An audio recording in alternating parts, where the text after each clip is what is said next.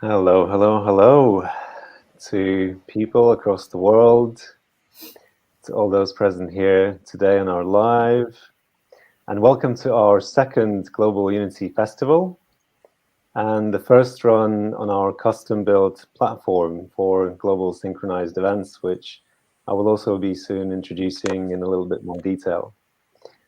So we're streaming on multiple channels, on YouTube, on our official Facebook page, on our Facebook events, and in our sister group, Earth Elders, and on our platform itself as well. So wherever you are, let us know where you're watching from, let us know which platform you're on. And if you are on Facebook, there are also some instructions there that you can click on so that we see your name and we can acknowledge if you're posting. And in a moment, I will introduce all those who are present here on our panel today. And let me just briefly share our plan for today.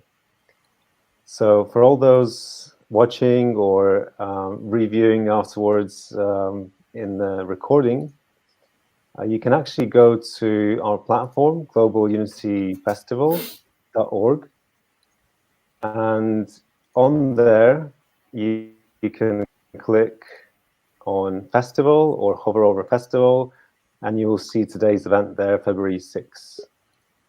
And on there, you'll see all the waves. We have 3 waves. So we are now in the Asia Pacific, our first wave of the day, and they will carry on later in Europe, Africa, and Middle East, and the wave 3 in the Americas. And if you scroll down, you'll see the program. And what's awaiting us today is an opening ceremony and introduction. And then afterwards, we'll stay here for a panel conversation on our theme, Is Spirituality Essential for Strong Foundations in Life? And afterwards, some of our panelists will actually go to the to host main events, main synchronized practices, which is really our core intention for today, to create waves of positive intentions, positive thoughts in synchronized ways, on many stages. And then we'll stay with Michelle for another keynote and interview. And then we will reach the peak of our festival, which is that moment of synchronized practices across the different stages. And you'll be guided as we progress throughout our live here on the central stage, where to go and how to join those other events. And once the synchronized practices are complete, you're welcome to rejoin our central stage, and some of the hosts will also do so. And we're running live, so feel free to comment and ask any questions, throughout our live stream, and then we'll complete with a closing ceremony with a beautiful musical performance. So this is our plan for the day.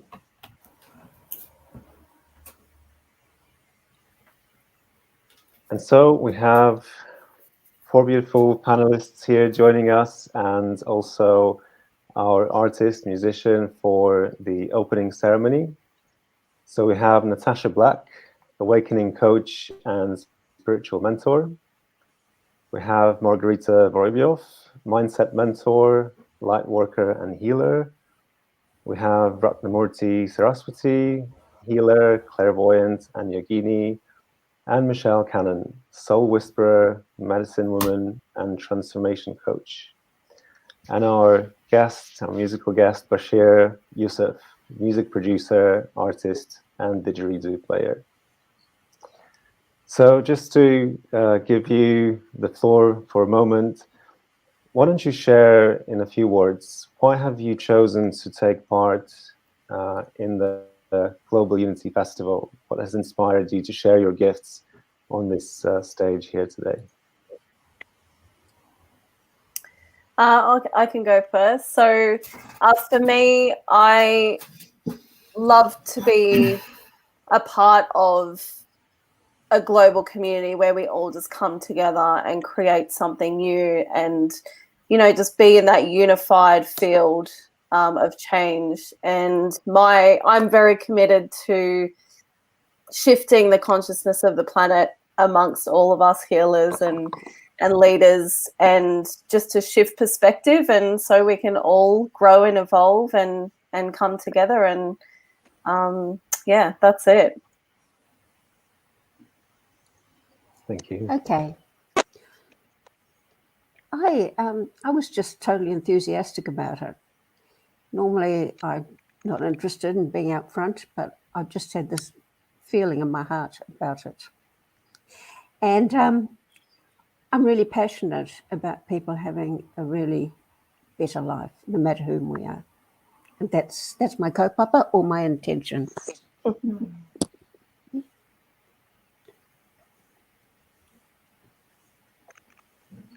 Yeah, okay. Larry? Thank you. I just have a quick question.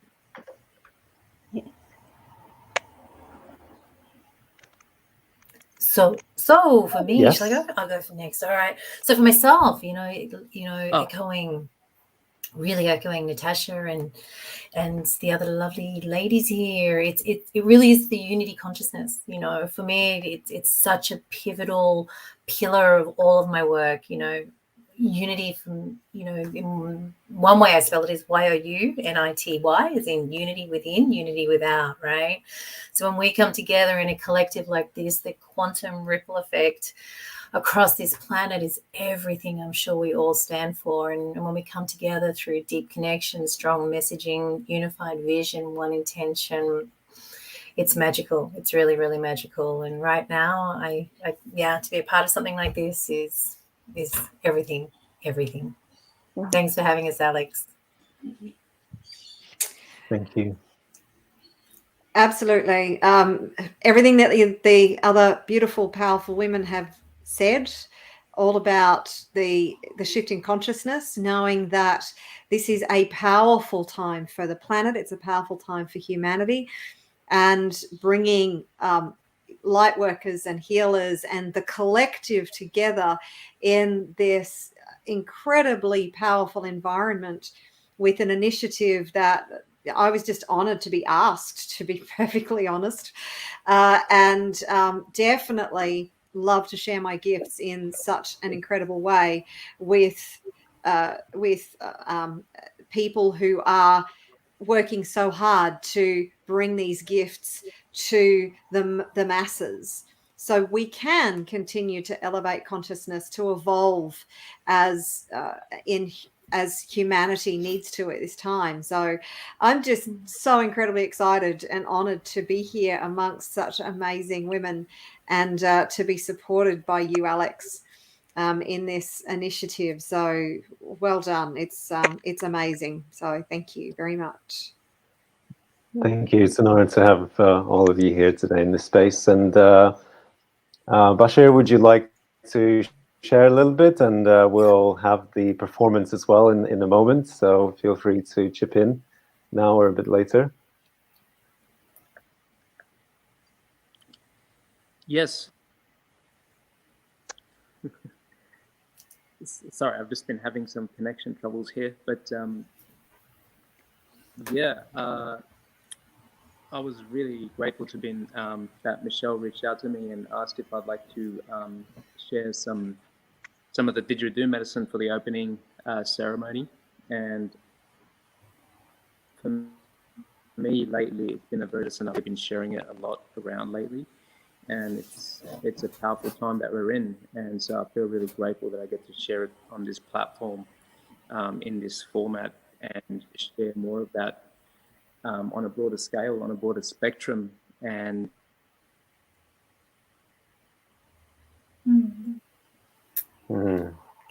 well, that's technology and us connecting across the world in different locations. So hopefully we'll be able to hear him fully when the performance comes in. So all of us watching and all of us present, send Bashir big love and positive vibes, so that the gods of internet are with us. And We're praying to the gods of internet.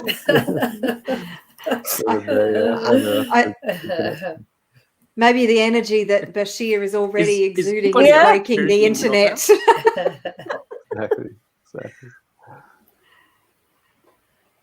Okay, Bashir, so we can hear you again. So, and please, hopefully you'll. So I've dropped out a few times.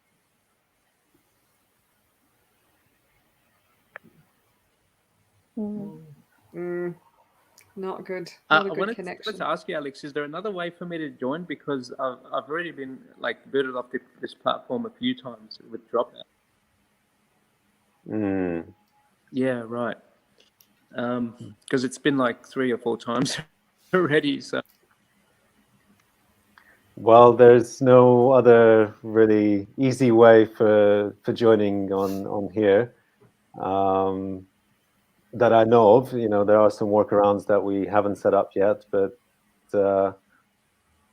well, you have some few more moments because I'll be sharing a little bit about what the festival is and how it works. So I don't know if there's some backup that you can perhaps find as another solution. Sure. Fingers crossed. Fingers crossed. Thank you. Okay, so one way or another, we're continuing, and all those watching, comment please where you're watching from and what platform you're on, so we can see who's connecting and from what parts of the world.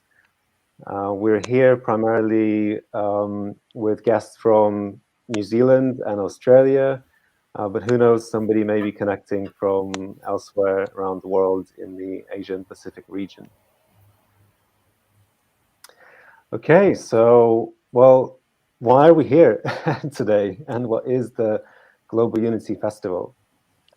And, well, let me start perhaps with saying that this is one of those things which is something that moves us, you know? We've all been in these moments in our life when there's something greater moving us through our life. And when the Global Unity Festival came into my life, it was very much a thought that was thinking me, rather than me thinking the thought. And oh wow, we have somebody from Phoenix, Arizona. There you go. That's pretty international there. Thank you for tuning in. And so, and really, this is an emergence of an idea that wants to be born of itself. That really is, in a way, a symbol for our times that we're living in, for interconnected times, for some, new visions coming into our world and new possibilities coming into our world. And so, really, at the heart of everyone, really, is some kind of longing, right? Like, there's always something that we're yearning for and that we're seeking often. And well, some of those answers, what we're yearning for and what we're seeking, have been given to us by the ancient wisdom keepers and some of the modern wisdom keepers. And so they've been pointing us in a certain direction. And that direction is that we're all connected at some deeper level, that everything is connected at some deeper level. And that's, if we look in, fairly simple ways, that's what we're all yearning for. We're yearning to be connected to ourselves, to each other, to our Mother Earth, and beyond, right? And our visionaries have been also showing us the way. And that is that path of connection, of more harmony and more creativity. And so, in very simple terms, what the Global Unity Festival is, it's an opportunity for us to come together and connect. And connect in a way that elevates our state, our emotions, our well-being. And it's an opportunity for us to connect, not just here in a virtual space, but also do that across the world in many different ways, in physical locations, and the Global Unity Festival, though we're now starting primarily in a virtual space, it has a potential to evolve in so many different ways that I will mention a little bit later. And so, how do we uplift ourselves? How do we elevate our states, emotional states? You know, the global meditation, so global prayers. Well, what we've recognized is that there are so many other ways how we can be through music. That can be through, you know, healing, through breath work, through so many other ways. And really that's what also Global Unity Festival is about, is discovering all these different ways how we can elevate our well-being. And so to organize this in the most convenient way, we have recognized that, you know, if we wanted to have a single event for everyone across the world, well, for somebody it would be a middle of their night, which wouldn't be too convenient. So we've created 3 waves, and we have already the 3 major global regions: Asia Pacific, Europe, Africa, Middle East, and the Americas. So we're hosting this festival during the same day in all 3 of these regions. And another peculiar or specific aspects with the Global Unity Festival is that we're across the different time zones finding or creating a single moment of connection. So regardless, you know, whether people are in Australia or in India or China, we're connecting at the same time, at the peak moment during that wave. And why are we doing that? You know, why are we connecting all at the same time? Well, that's where the science has actually shown us, some latest science, that our thoughts, emotional states, and intentions have effects beyond ourselves. So it's not just us elevating our well-being, but it's us creating synergies and creating some subtle effects. You know, we don't fully know yet, you know, on a very scientific level, we only have some suggestions, some hints that this works, but we don't fully know how that works. And that's part of what the wisdom keepers of the ancient and modern times have been showing us, right? That our thought has the power to affect the reality. So, and that's in the space of a custom design platform. So to coordinate something like this, we really need a space that allows us to do that with complete ease. So for those tuning in, you can again go to globalunityfestival.org and explore the space over there. So if you click on festival, it's going to take you to this container.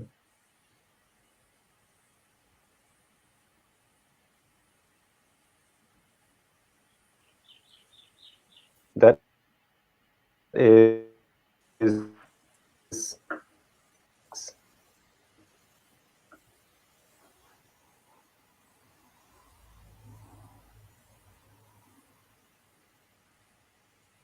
still becoming.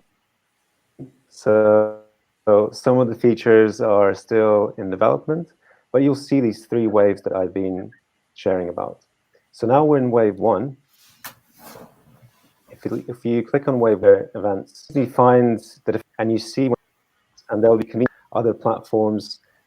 If the hosts are actually streaming also on YouTube, this will be all available here. You can interact with them in the chat, and you can have a countdown timer. So for today, our peak time, our single moment of unity is in 2 hours. And you can also see the program of this event. You can see who's hosting it. You can explore more about the host. And there are so many other functions and features that I won't go into that you can explore later on. So, and really that's what we're here for. We're really here for creating this moment of unity. We're really here to create this ripple circling the world, uplifting not just ourselves, but our communities and beyond. And the vision, will grow. We're now at very early stages, and seedlings usually don't look anything as they're, fully blossomed and fully grown trees or plants. So whilst we're in these early stages, we are here in this space, but we're inviting others to join and host local events. Join on the beaches, in the parks, eventually, right, and so on, and come and join the space, hosting different types of practices, breath work and meditation and others that I mentioned. So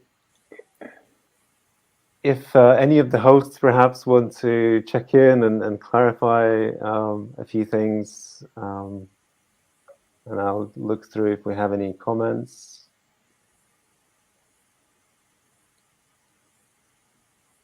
So we have someone on Facebook saying, everyone on different levels, how do we combine? We believe you above human consciousness from above, not below. Yes, so that's a deep comment here, right? So exactly, there are so many levels to our being, right, that we can connect on.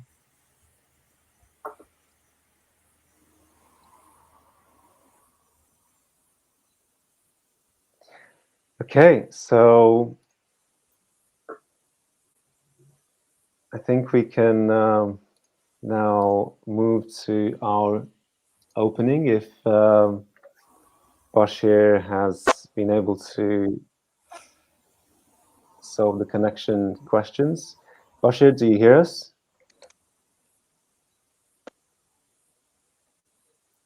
Yes, I've just turned the camera off to reduce the bandwidth. Gotcha. Excellent. Good thinking. Usage. Okay. So we're ready, and if you're with us, let me just briefly introduce you. So Bashir Baz Youssef is a legally blind music producer, artist, and didgeridoo player. A former inspirational speaker and coach, he is now pursuing his creative passion for music and sound, working with it as a way to share his true self in a world that is often beyond words. Being able to record, produce, mix, and share music is Bashir's unique expression, his art, enabling him to share a gift that emerges from his own unique artistic blueprint with a wide group of people. And life is a ceremony. Music is the medicine. Thank you, Bashir. The space is yours.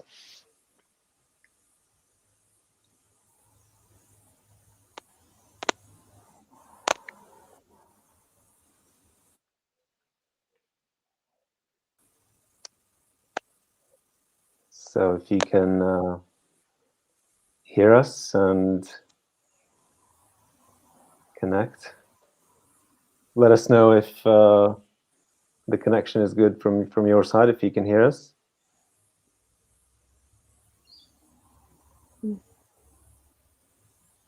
Okay. I can hear the birds chirping in the background, so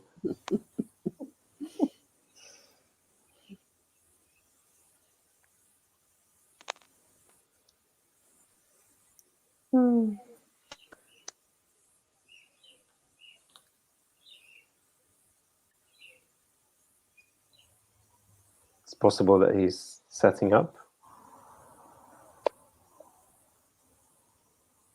Okay, we'll give it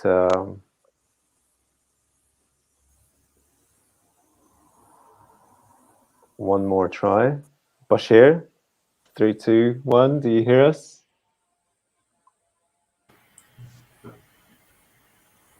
Okay. Right, so he's out. Okay, well, we may need to revert to plan B unless he'll be able to join us in a moment again. And okay, let's try that one more time.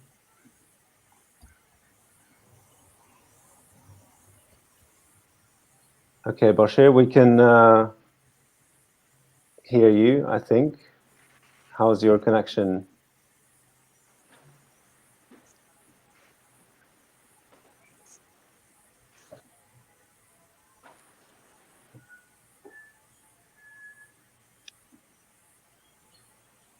Okay, this... Hello? So, yes. Hello, we can hear you.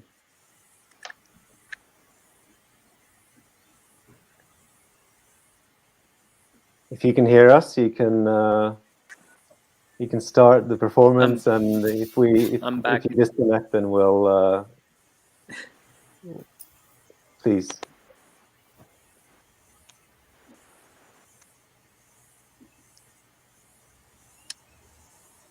Okay, so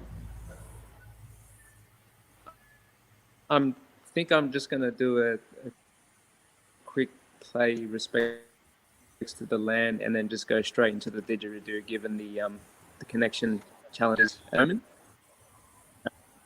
Fantastic. Go for it.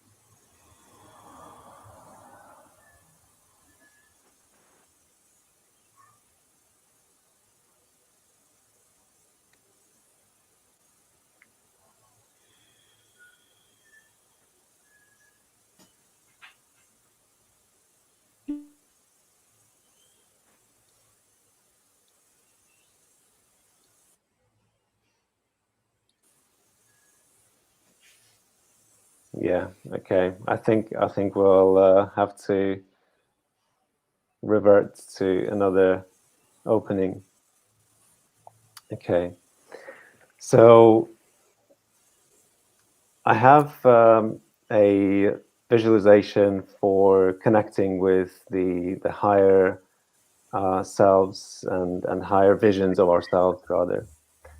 So that's one thing that we can go with. And if someone has another offering to the space, then please share. Would love to have someone open the space as well from those present. Margarita, excellent. Go for it.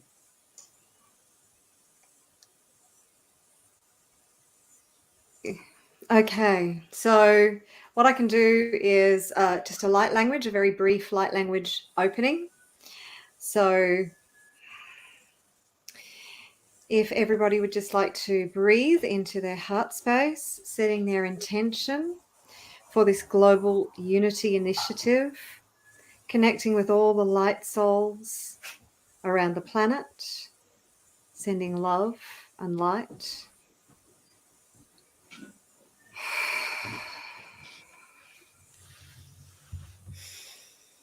Siantralia tsotia mankaya la tiapria totse inashinto enianka kakaya la minsiata. She irantia kote ilatsiana kaayana sia pransi tote ilapia papayana.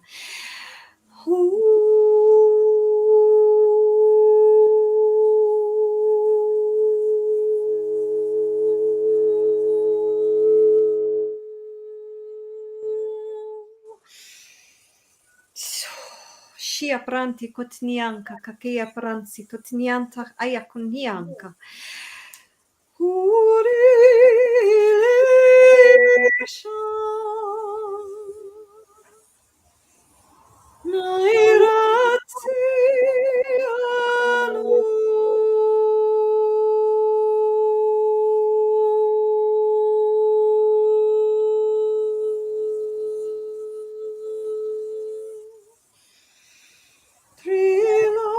shanen santa arilaman se shanta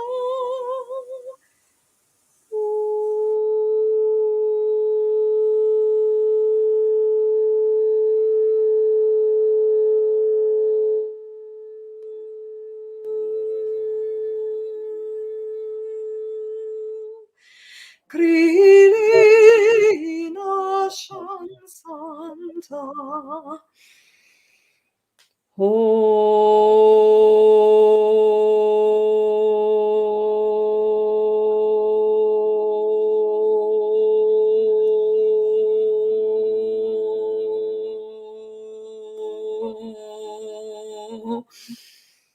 Tiach nianso te tre ilak tia hoe tia shinte ananta. Dretsa kia paia ko tia prantia no shinsia kaya maenta pia. Drashin sotia la mianca kakaya la prinsen shiantia kaya la manta. Shinsa priaka kakaya la minsa. Dresan sia kaya le mianca kakatsia pra. Shiatania pra. Iatsenianta. Mea pripaya tatia pransanta ko shinte ilakianta. Etsa. Etsa. Shinta priyanka ayan satia panta. Ena. Shianta.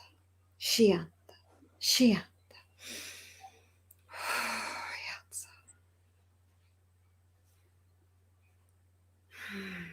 Taking a deep breath. Bringing your awareness back into this space. Feeling that open connection between your heart and spirit. Feeling the love pouring into your being and back out to the whole world.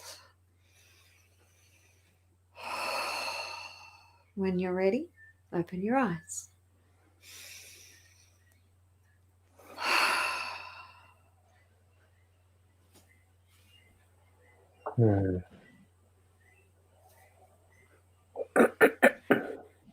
Thank you, Margarita, for this opening of the space. May this reach the hearts and the ears across the world and reverberate in our being. Thank you. Okay, so we're here in this month of February in this space with the intention to uplift each other and ourselves and the world. And our theme for today is strong foundations. And boy, do we all need some strong foundations.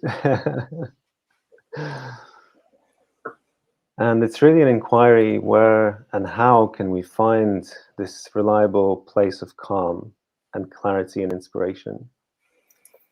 And inquiring to how do we transform the old and how do we build the new and beautiful in lasting ways on strong foundations. And so today we'll be tapping into the collective wisdom and inspiration and exploring this theme in our panel of guests. And our first inquiry is spirituality essential for strong foundations in life? And that's quite some topic, a huge topic. And let me just say perhaps a few words in the context. So spirituality really has been with us, since time immemorial. And it is essentially a belief in a non-physical reality, in metaphysical, supernatural reality. And then there came a time called the Enlightenment and the dawn of science and materialism. And spirituality since then has been getting a little bit of a bad rep. And this has created an interesting dynamic in that space. Do we really need it? Is that just a superstition? And so we've, been going through these transitions, through these inquiries and explorations, and sifting and sorting. And now, in a way, in more recent times, since the dawn of science, we're entering, you could say, a renaissance of spirituality, a renaissance of also earth traditions, indigenous traditions. And there's so much out there, so many different tastes, so many different approaches and practices.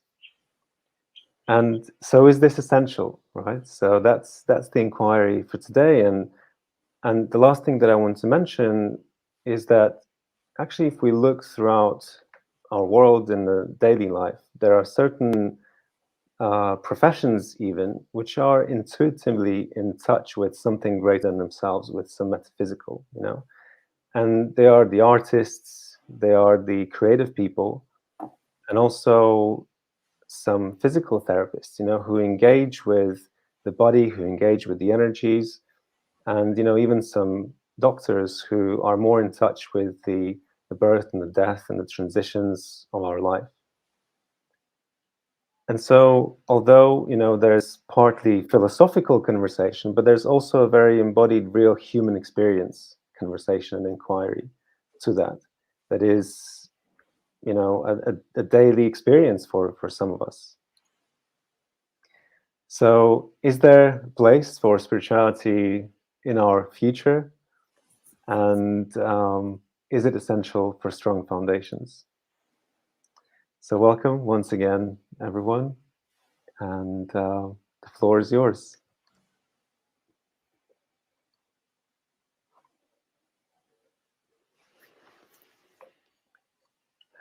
Where do we start in this niche topic? Yeah, rather large topic, hey? I'm happy to jump in. Happy to jump in.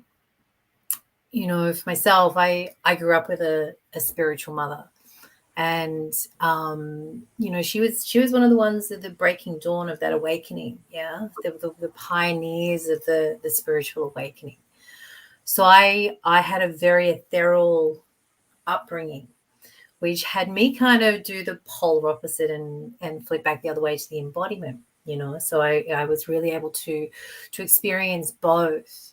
And one of the sayings I always used to say to Mum is like, for a spiritual being, if we're breathing, we're spiritual, right? If we have the breath running through our physical form, we're a spiritual being. There's a beautiful Wayne Dyer, the late Wayne Dyer said, we're spiritual beings having a human experience. And I feel when we can unify those two together in the power of presence and true unity, then we've mastered the human experience. Yeah, we've come together to really bring the divinity of that mission, so to speak, that we've come here to activate.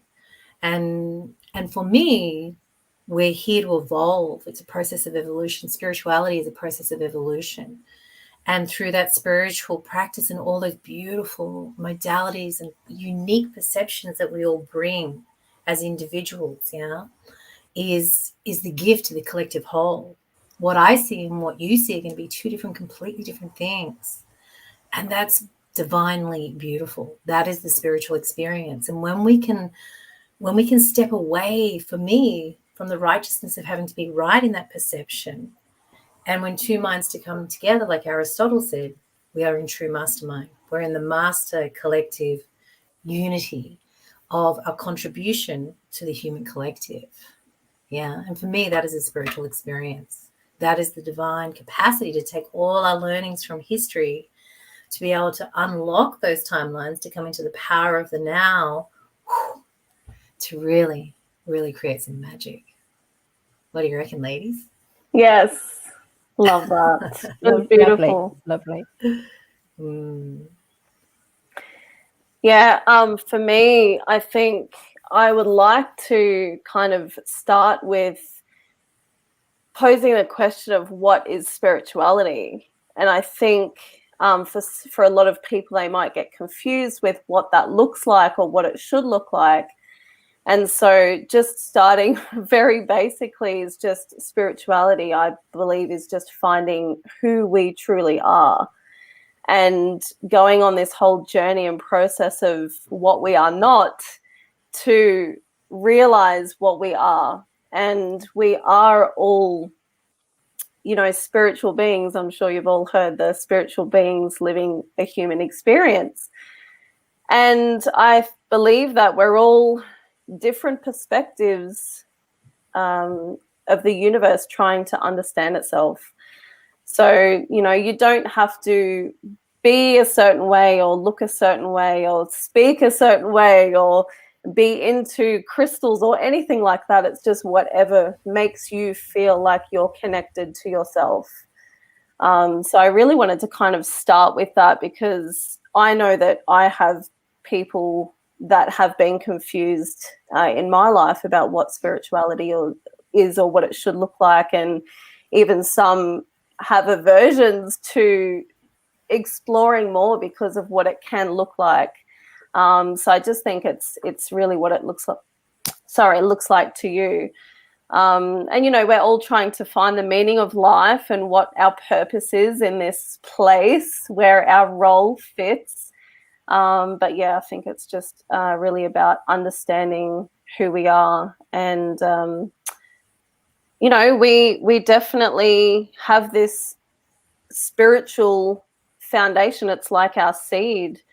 And, you know, if you think of even people that have never contemplated spirituality or religion or connecting to a higher power, you know, the first thing that most people do when they're in trouble is to, like, pray, even if they haven't had a foundation of that. So there's something inside us that, you know, when we're in those times says, you know, it's this innate thing in us to say, I need to pray and ask for help, or I need to, you know, connect some way to kind of, you know, find the meaning of something. So, yeah, I just wanted to drop in and share those couple of little things, and I hope that serves someone. But yeah, if anyone would like to back that up or continue on, please do. I definitely think that spirituality has many faces depending on who you are, but also in your stage in life. Like when I was young and had my first child, it was like something woke up inside of me. It was the most divine, to do with divinity.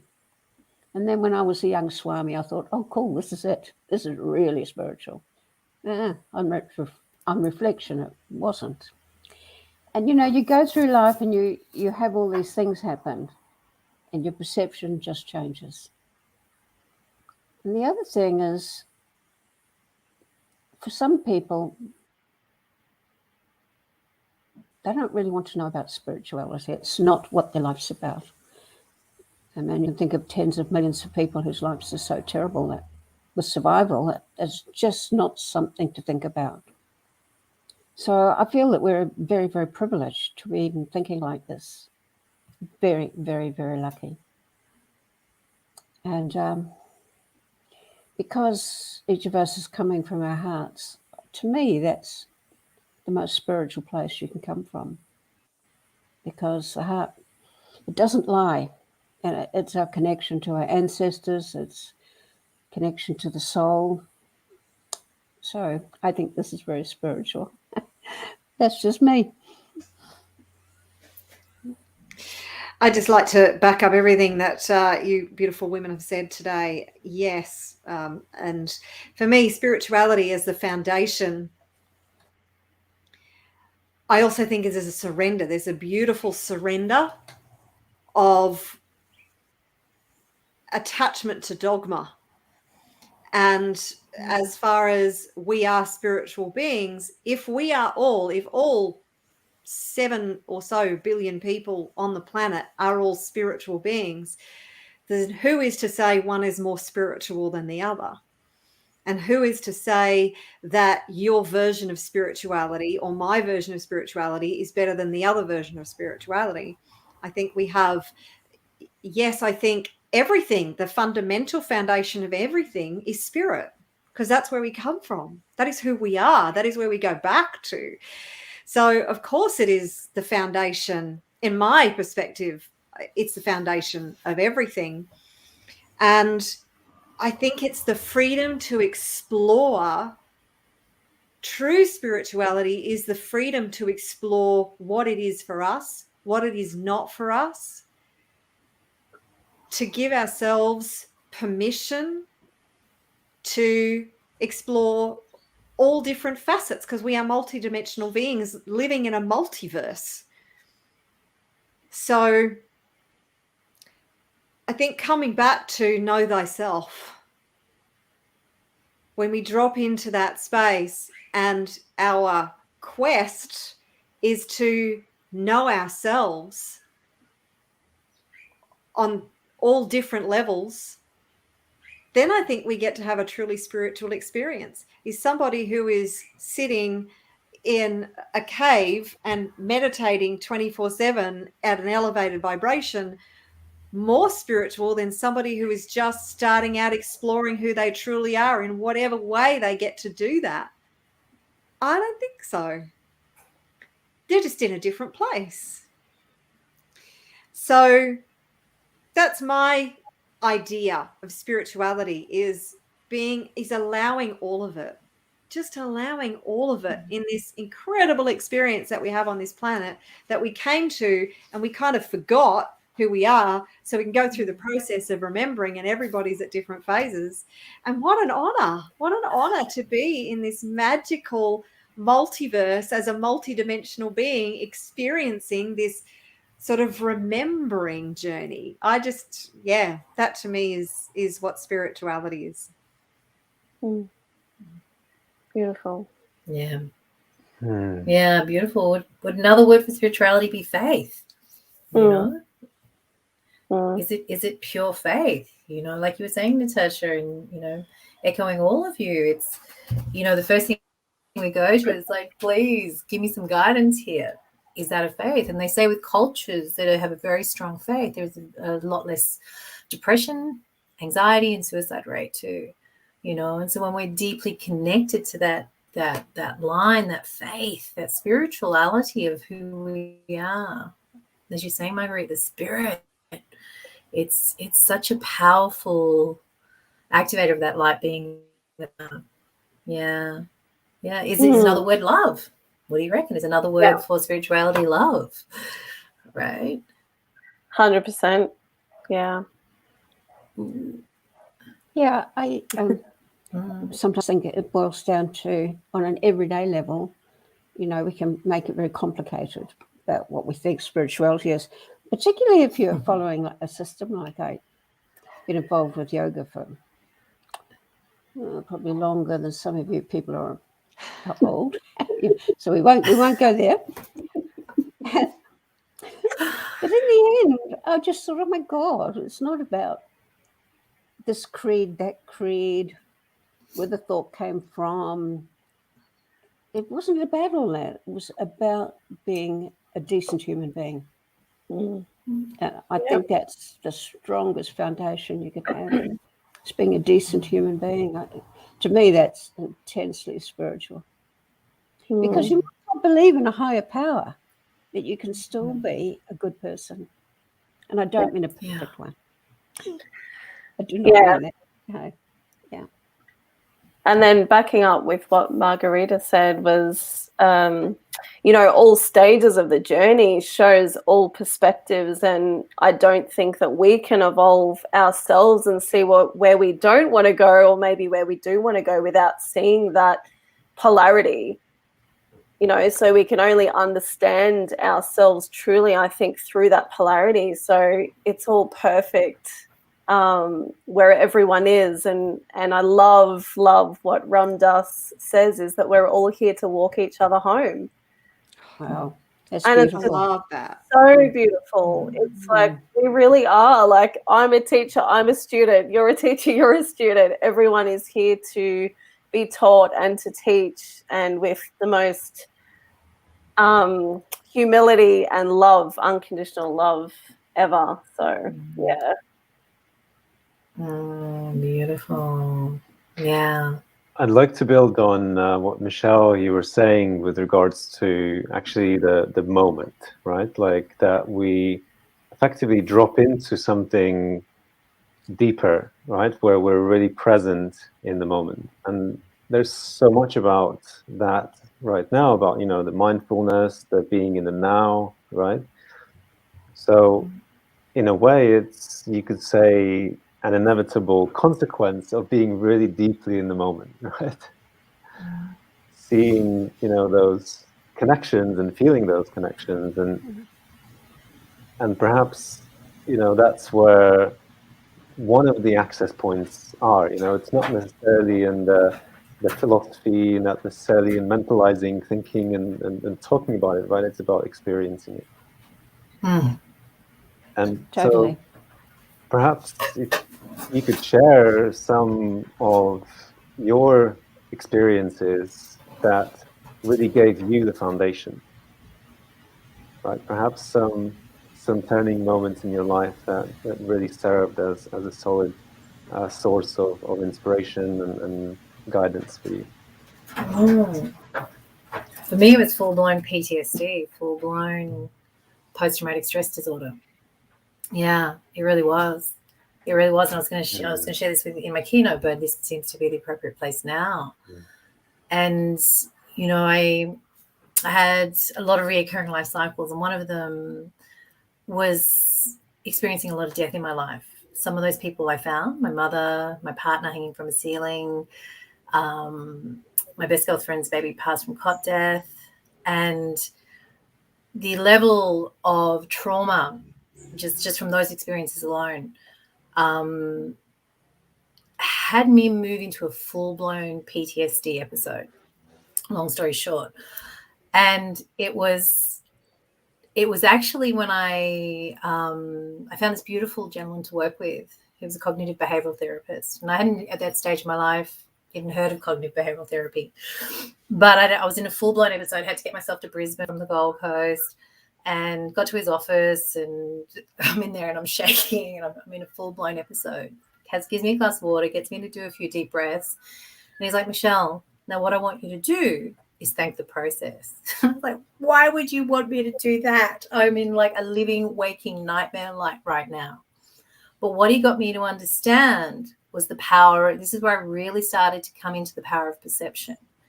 You know, if I was driving my car and a blanket in the back of my car would look like someone who'd passed away. But I knew it was a blanket. So what was going on? Everything in my central nervous system was wanting to believe and was timelining me to a past experience, or trying to put me in the fear of the future. But what was happening was my physical being was doing exactly what it was supposed to do, and that was keep me safe. So by understanding the power of that perception, very long story short, I'll be going more into this when we chat a bit later, but to the power of the now, to be able to override that lens of perception at that level as I'm living in a waking nightmare, to bring myself back to the power of the presence, to be able to consciously respond to what is, not what the perception wanted me to believe. Yeah. And the most amplified experience of that taught me about the power of the now, because that wasn't present. That wasn't real. So what was that? And that became one of my crucial access points to understanding the power of perception and the power of presence within that. Yeah. So it's through that duality, that adversity, that contrast that we were just talking about. You know, when we know how to translate our experiences, our perception, all of us are going to come together with a very different lens of perception. But is that conscious or unconscious? And when we can consciously respond to these unconscious triggers, yeah, especially in this global environment right now, it allows us to just come into the power of the presence to reassess, to access what's really happening, what is, not what could be, not what should be, what not maybe, not what they said, not what he said, not what any, all of the noise gets to settle, and we get to become present. We get to take ourselves off automation, and we access the power of the presence, that soul wisdom, that soul consciousness. And that's been a 25-year journey for me to really, and hand on heart, I could probably say I've mastered the power of presence. Even when I'm in the most heightened triggered, I can really stop now and bring myself back to presence to be able to really reassess what's happening. Yeah. Yeah, does that answer what you were asking for, Alex? Yeah, thank you. Yeah, it just really builds on Very beautiful. what you shared before about, Inspiring. it being the deep moment, the deep now, right? Yeah, through the adversity, through the pain. The pain wants to set us free. The pain wants to set us free, and this is what I'm observing, and all the beautiful people I journey with day in, day out. When we know how to translate that adversity, that suffering, that confusion, that fear, it can be an activator of our freedom. But we also fear our freedom. We also fear our freedom. So it's a bit of a catch-22 we're in right now, but we're going to get through it. Yeah. Beautiful. Yeah. Very powerful, Thank Michelle. you. Thank you. Thank you. Yeah, it's been 25 years of really unpacking this one. And I think, human relationship is the greatest gift of us, being able to really master that co-relating through self-regulation. And that again brings us back to the power of the presence, right? Yeah. Yeah. Love to hand it over. Yeah, thank you. So perhaps if anyone else has some experiences where, spirituality has been the strong foundation, right, for you to transcend, transform some experiences in your life. I honestly feel that having children was like the biggest reason for me to live. Through anything bad that happened, that was my inspiration, was to be there. And grandchildren. And I would have to say that I'm very grateful to the yoga, because my journey was 100% spiritual, and I was totally surprised. Didn't know anything about spirituality. I just thought it was for skinny Indian men who lived in the Himalayas. I knew nothing. And I'm really grateful for the deep spirituality. It's given me so much I can't express. But then, some years ago, 2009, I walked into a room and found my home, my spiritual home. So I live in New Zealand, and I walked into a Maori healing group. Now, I'd been a healer for a long time, and I was only interested in the spiritual, bringing people closer to their essence. But the Maori healing, it took my heart, and the Maori spirituality. So that was 100% transformative for me. It's not something I talk about with people because, people have their own lives to talk about. They don't always want to talk about spiritual things, but that's deep in my heart, and I'm very, very grateful. But different. But I can tell you, it's beautiful. I can tell you, my youngest grandchild, she doesn't know it, but she's going to learn a few things from Granny to do with the spirituality. The others aren't too old. They're not interested. Yeah. A gift. What a gift. But what I hear in that, though, is that really we have these experiences that we fall into that are in a way kind of happening to us, right? Like a birth of a child, that it did bring us into some kind of different state of consciousness, right? An altered state of consciousness that gives us some other perspective, another insight.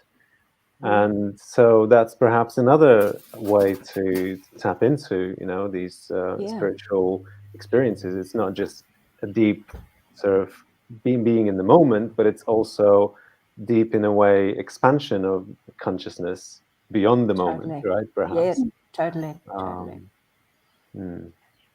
Thank you. It was both at the same time. I don't know how else to Very explain much so. it. Exactly. But I'm grateful to the yoga because the spirituality of it led me to there. And I was thinking, well, what's next? And that was next. But mostly I think I'm more grateful to my family. Yeah, I love it. Love it. Yeah, Family's one of the greatest unions, huh? Absolutely. I resonate with that, having kids myself. You can't explain it. Yeah, it was definitely, it definitely feels multidimensional when you after giving birth, and then just that pure unconditional love. Absolutely. And I myself grew up in a religious household, and I never ever want to say that's wrong or what, and anyone believes I'm fully accepting of. It just wasn't for me, those structured belief systems. And I came to that perception on my own when I was very young. I used to ask a lot of questions, and I just felt like I couldn't get those answers that would help me have faith, or things that wouldn't make sense. And when I was 7, I had a near-death experience. I died of an asthma attack, and I went to the other side, and I think maybe from that, I always had this feeling that there was something more than the beliefs that I was brought up in. There was just something, things just didn't click for me. And I'm not saying you can't find that within a structured system. It just wasn't for me. But through my own journey of learning how, first of all, what emotions are, and how to regulate them, how to master presence, like Michelle says, and just really deep personal exploration, I really found, for me, like the true meaning of spirituality was just this opening and this expansion, this ever expansion of your own being and consciousness. And I feel so grateful that I found that connection that I was always looking for. So it just feels like, just beautiful. It's just so beautiful. And I get to learn and expand every day. Yeah. I love that Spirit seems to have this divine plan for our lives that we are completely unaware of, and that it sort of takes us on.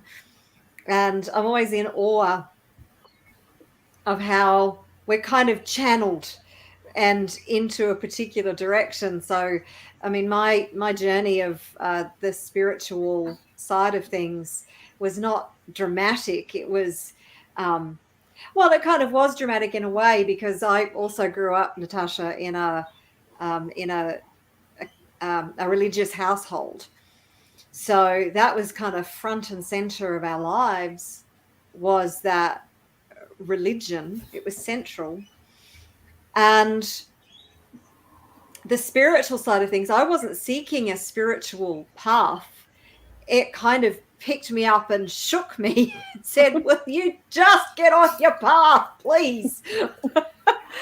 And it was just the most bizarre sequence of events. I found myself in these weird and wonderful places, and I just felt like I didn't feel like I was in control of anything. And it's like, it gets me to question, like, how much do we kind of have this illusion we're in control, that I don't think we are. I think it's kind of like we just need to surrender to the process. So my awakening was more along you know, I discovered EFT, and then I had a lot of spiritual friends, and I used to say things, well, you know, like, that's great. You know, you're out hugging trees and feeling the energy. That's great. I love that. I love you, but it's not for me. It's not my thing. But I still got, I went to events to support them and just found drawn into this whirlwind of discovering my gift as a light language channel. I didn't even know light language existed, but it turns out I was speaking it in my sleep most of my life. Just didn't know what the hell it was. So I tend to be this sort of spiritual being who's very irreverent about the spiritual process, and tend to just think that for myself it was about my biggest lesson was surrendering, was letting go of, because I wanted to know. I'm always like, I never got out of that but why stage. But why? But why? But what is that about? And what is that about? And it was like, so it was the questioning and the curiosity. And with the light language, I always wanted to, I used to say, but what am I saying? What am I doing? And the answer from spirit was always, you don't need to know, just get out of the way and do the work. So it was just, it was not something I felt I chose consciously as a human being, but clearly I had chosen this path when I was born into this world and into this existence. So it was kind of like, at some point it was like, well, for goodness sake, if you're not going to wake up, then we're just going to wake you up. So slap you around a bit and put me on the path. So I kind of tend to think that I have a foot in both camps of just the human being and the spirit having this human experience. I kind of dive between both and trying to integrate them into this as I travel along. So yeah, it was an interesting awakening. Yeah, beautiful. I love what you were saying with regards to what you could, I guess, say, you know, throwing a challenge, right, in our path, right? Like, there's a certain perhaps expectation or idea that spirituality is somehow going to be comfortable, or it's going to solve all our problems, right? But often it is, you know, full of challenges, and perhaps we can speak to that a little bit. You know, how do those challenges occur, and how to recognize that there are challenges that we perhaps should persevere through and transcend and transform, rather than try to avoid, right? Because, you know, so much of our, I guess, discourse is about, you know, feeling good and being happy, and we sometimes avoid the challenges. So yeah, and it's please. Yeah. For that reason, I don't do positive thinking, you know. And you know, when I've been in some of my greatest challenges, and people have said to me in the early days, Mish, just think positive, you know, change your mindset. I'm like, if it was that easy, wouldn't we all be doing it? And it's like, you know, these, you know, and people always ask me as the years have gone on, how do I know when this challenge is saying abort shit, take another path, or when do I go through this gateway, you know, what I call the gateway of transformation? And so, you know, the negative experiences for me, the negative emotions, I don't believe there's a wrong emotion. I don't believe there's a wrong experience, but the mastery of the human experience is the translation piece. Like when we learn how to translate the human experience. And this is what I've just done the last 25 years, because I know when I was in the darkest of my dark and I didn't feel like there was any way out, or there was no light at the end of that tunnel, I just wanted someone to give me the manual. Can someone just give me the manual on how to do this human experience, please? I'll follow it. And at that stage I was dyslexic, so I didn't like reading, but I would have read that manual. But it became my life mission to create that manual, which is what I've done, is created the 5-phase transformational process. But like to really speak to that powerful question, Alex, it's like, you know, when we have a challenge, and I feel the most powerful ones is that reoccurring life cycle, pattern, behavior, emotion. If it's come back around, it's like no matter how much work you've done, you've done the retreats, you've done the sessions, you've done the psychologist, you've bought the books, the $350,000 self-help shelf, that one, and you're still sitting there having the WTF moment, yeah? That WTF moment, which I like to call the waking to freedom moment, when we know how to translate it, right? We're on our knees going, what else have I got to do, right? That loop, that's the challenges you want to go through. They're the challenges that are asking you to actually wake up. But everything in us sees that challenge and it hits all our survival instincts. So we're going to do everything in our power to move away from that experience, right? It's just like that's a survival mechanism. Mm-hmm. But the greatest work of humanity is the upgrade of our central nervous system right now, the hard drive. Yeah, if computer says no, just like our computers right now, if it says no, it says no, right? So when we understand how to really drop into that piece, to understand that the amplification is asking us to alchemize the experience that we're having in that reoccurring life cycle, pattern, behavior, emotion, relationship, highs, lows. We want to move out of the highs and the lows into the ebbs and the flows, but we've got to know, as Marguerite was saying, know thyself. We've got to know where that anchor point is in the power of the present moment so that we can stay present. We don't get pulled in the ocean of emotion, that we're able to really stay in and stay in that power of presence to be able to discern.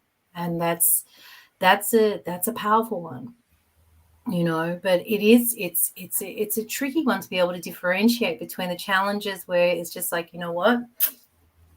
No. And those challenges that we lean into. And yeah, the greatest indicator I can give people is it a reoccurring life cycle, pattern, behavior, or emotion? 9 times out of 10, I go, oh yeah.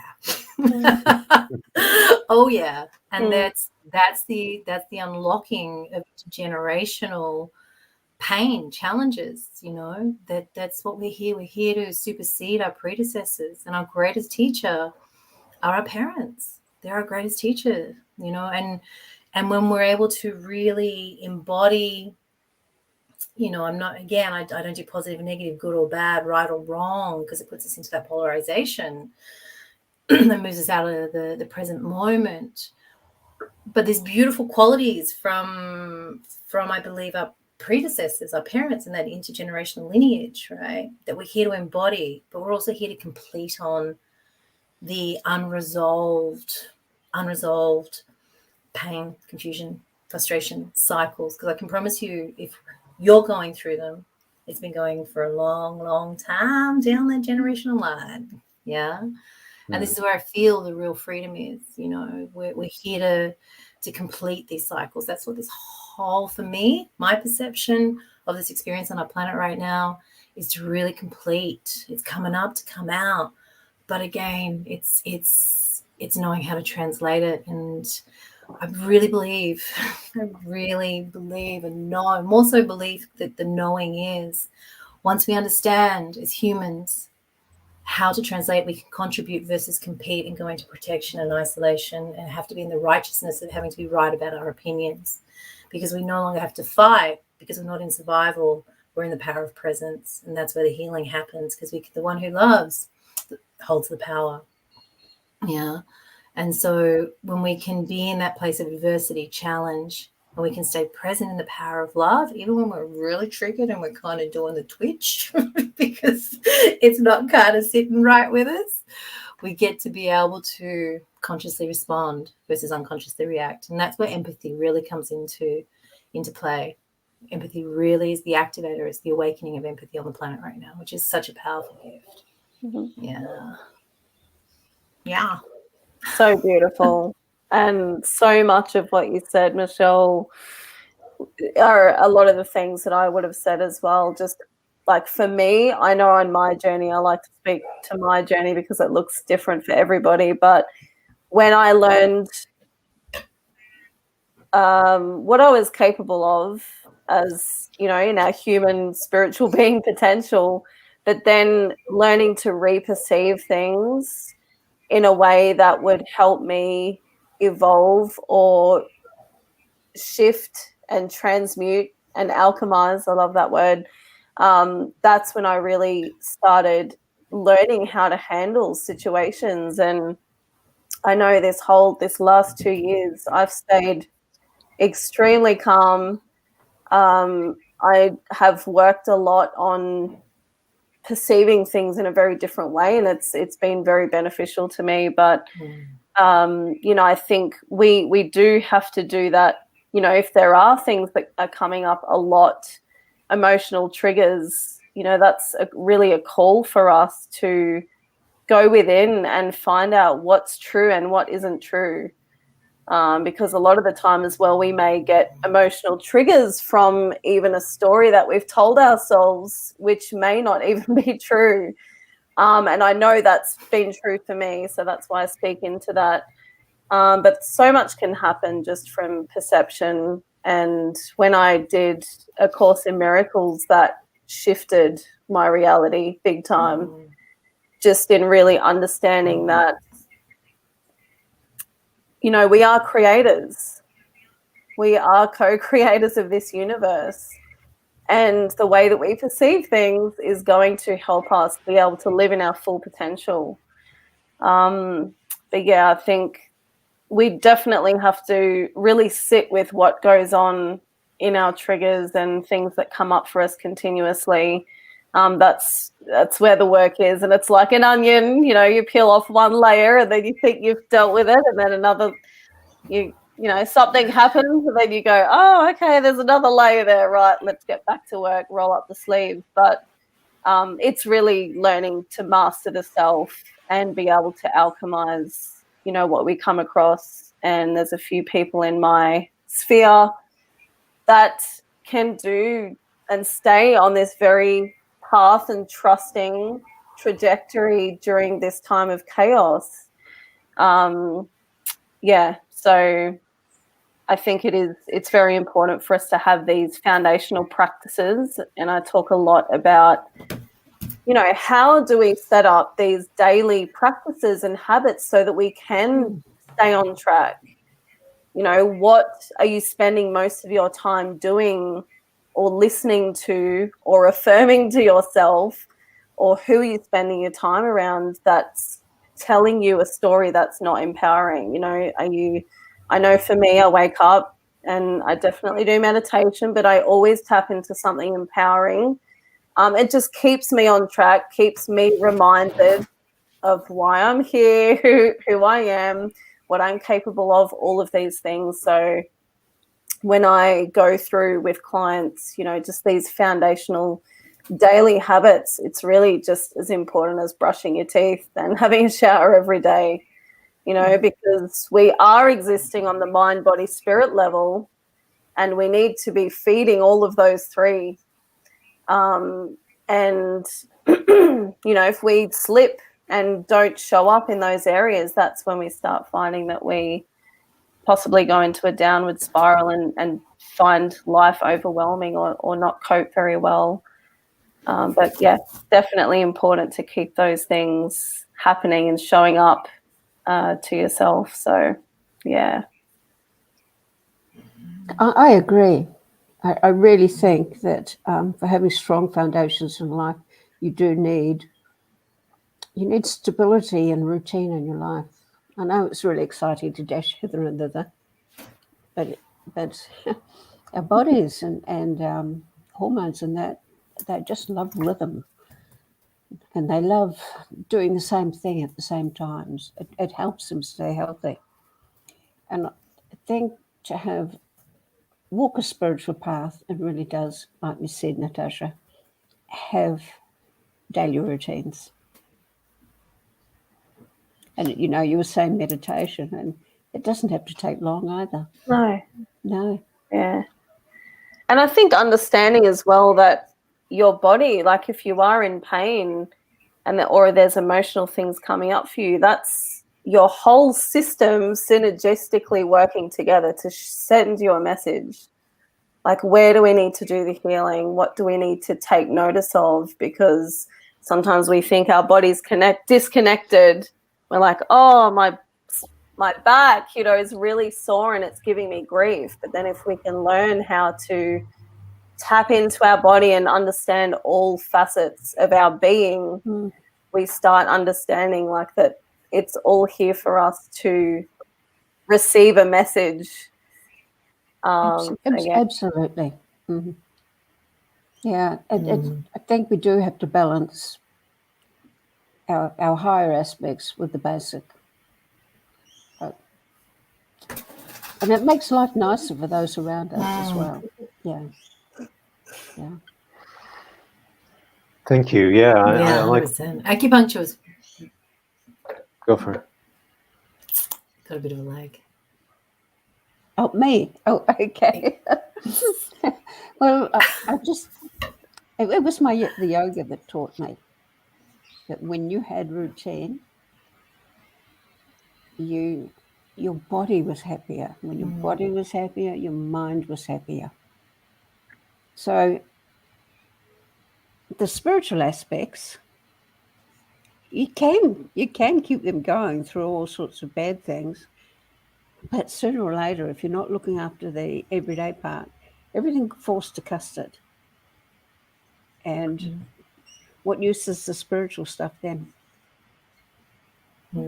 I do think for strong foundations in life, a foot in both camps really helps. And I've noticed it with children. When you have children and they have their regular routines, they're much happier. They grow up happier. I hope I didn't offend anyone saying that, but just as a mother and a grandmother, I can say that it really helped. And it's all very, you know, I know what it's like to be thinking, having these great spiritual experiences where you're so spiritual, you can hardly cope, you can hardly walk, all this energy is pounding inside of you. But if you can't look after yourself, it was for nothing. I know it's very mundane, but it was a life lesson for me. Big one, over and over and over and over. Yes. Yeah. Thank you. So we're drawing to the close slowly to this part of our central stage program. We have about 10 minutes to wrap up, to have some final thoughts. And I just want to quickly come back to Michelle's inquiry into or sharing about the sort of discerning when the challenge is something that we should persevere through and when it's something that we perhaps should focus on something else, right? And you said it's about the cyclicity of it. So if it reoccurs again and again, you know, that's obviously a sign. I wonder, is there a way to cheat the system? Is there a way to tell that the challenge is really kind of this higher challenge for our path, which you know, from the get-go that we know and persevere through? Does anyone have any tips perhaps for that? I do. Please. This is gleaned from healing, decades of healing. We definitely have things that we have to face in each lifetime. And sadly, it's the same old thing with a different face. And we really just have to learn how to manage it. We don't have to be perfect. We never have to be perfect. We just have to try. So, yeah, we do. Same old, same old. And I wouldn't even go so far as to say they're lessons. I would say they're things that we have to deal with in this lifetime. Simplicity is the key. I hear, you know, from your sharing, Murthy. I love that. Thank you. Of course, having said that, I make the same old mistakes all the time. So we all make mistakes, and I think giving ourselves permission to make mistakes and fail our way forward and fumble and for it to be messy. I think we'd all like life to come wrapped up in this pretty pink little bow and a nice little package, or maybe for the boys a blue bow. But But it doesn't. Life comes with all its challenges, and it's messy, and we're messy, and the way life can turn on a dime is messy, and we need to be prepared to pivot and adjust and be flexible. The more rigid we are, then we are more likely to be broken if we show up rigid. But if we are like water, and that awareness, I think, is the key, is simply bringing awareness to what is this moment demanding of me right here, right now, and being present to the moment. I think that's the greatest spiritual practice we could ever do, is build that strength and that courage, because it takes courage to be present and aware to what does this moment demand of me right here, right now. I think it was Michelle who said, being in the now, and Eckhart Tolle has written whole books about being in the now, and being able to know in ourselves that no matter what we are facing at that time, we are bigger than any challenge we will ever face. We have the capacity within us to overcome any challenge, and that by being like water, instead of meeting these challenges head on with this sort of brute force that we have been told we have to kind of, so I'm getting that we've kind of been conditioned that we have to armor up for life. If we armor up, we can battle our way through. But if we relax and let go, and we're like water, and we are present to the now, then we kind of flow through life, even in the greatest challenges, even when it's really uncomfortable. So, yeah, that's my offering for that. Yeah, it's great. I was going to speak into that resistance and acceptance. It's like, where are we resisting where we can be accepting? Where can we come back to love instead of, moving towards the fear? So, yeah, I really resonate with what you said, Margarita, about the being like water and just knowing how you can transmute and alchemize and just accept and not be in this place of resistance constantly. I think that's very beneficial.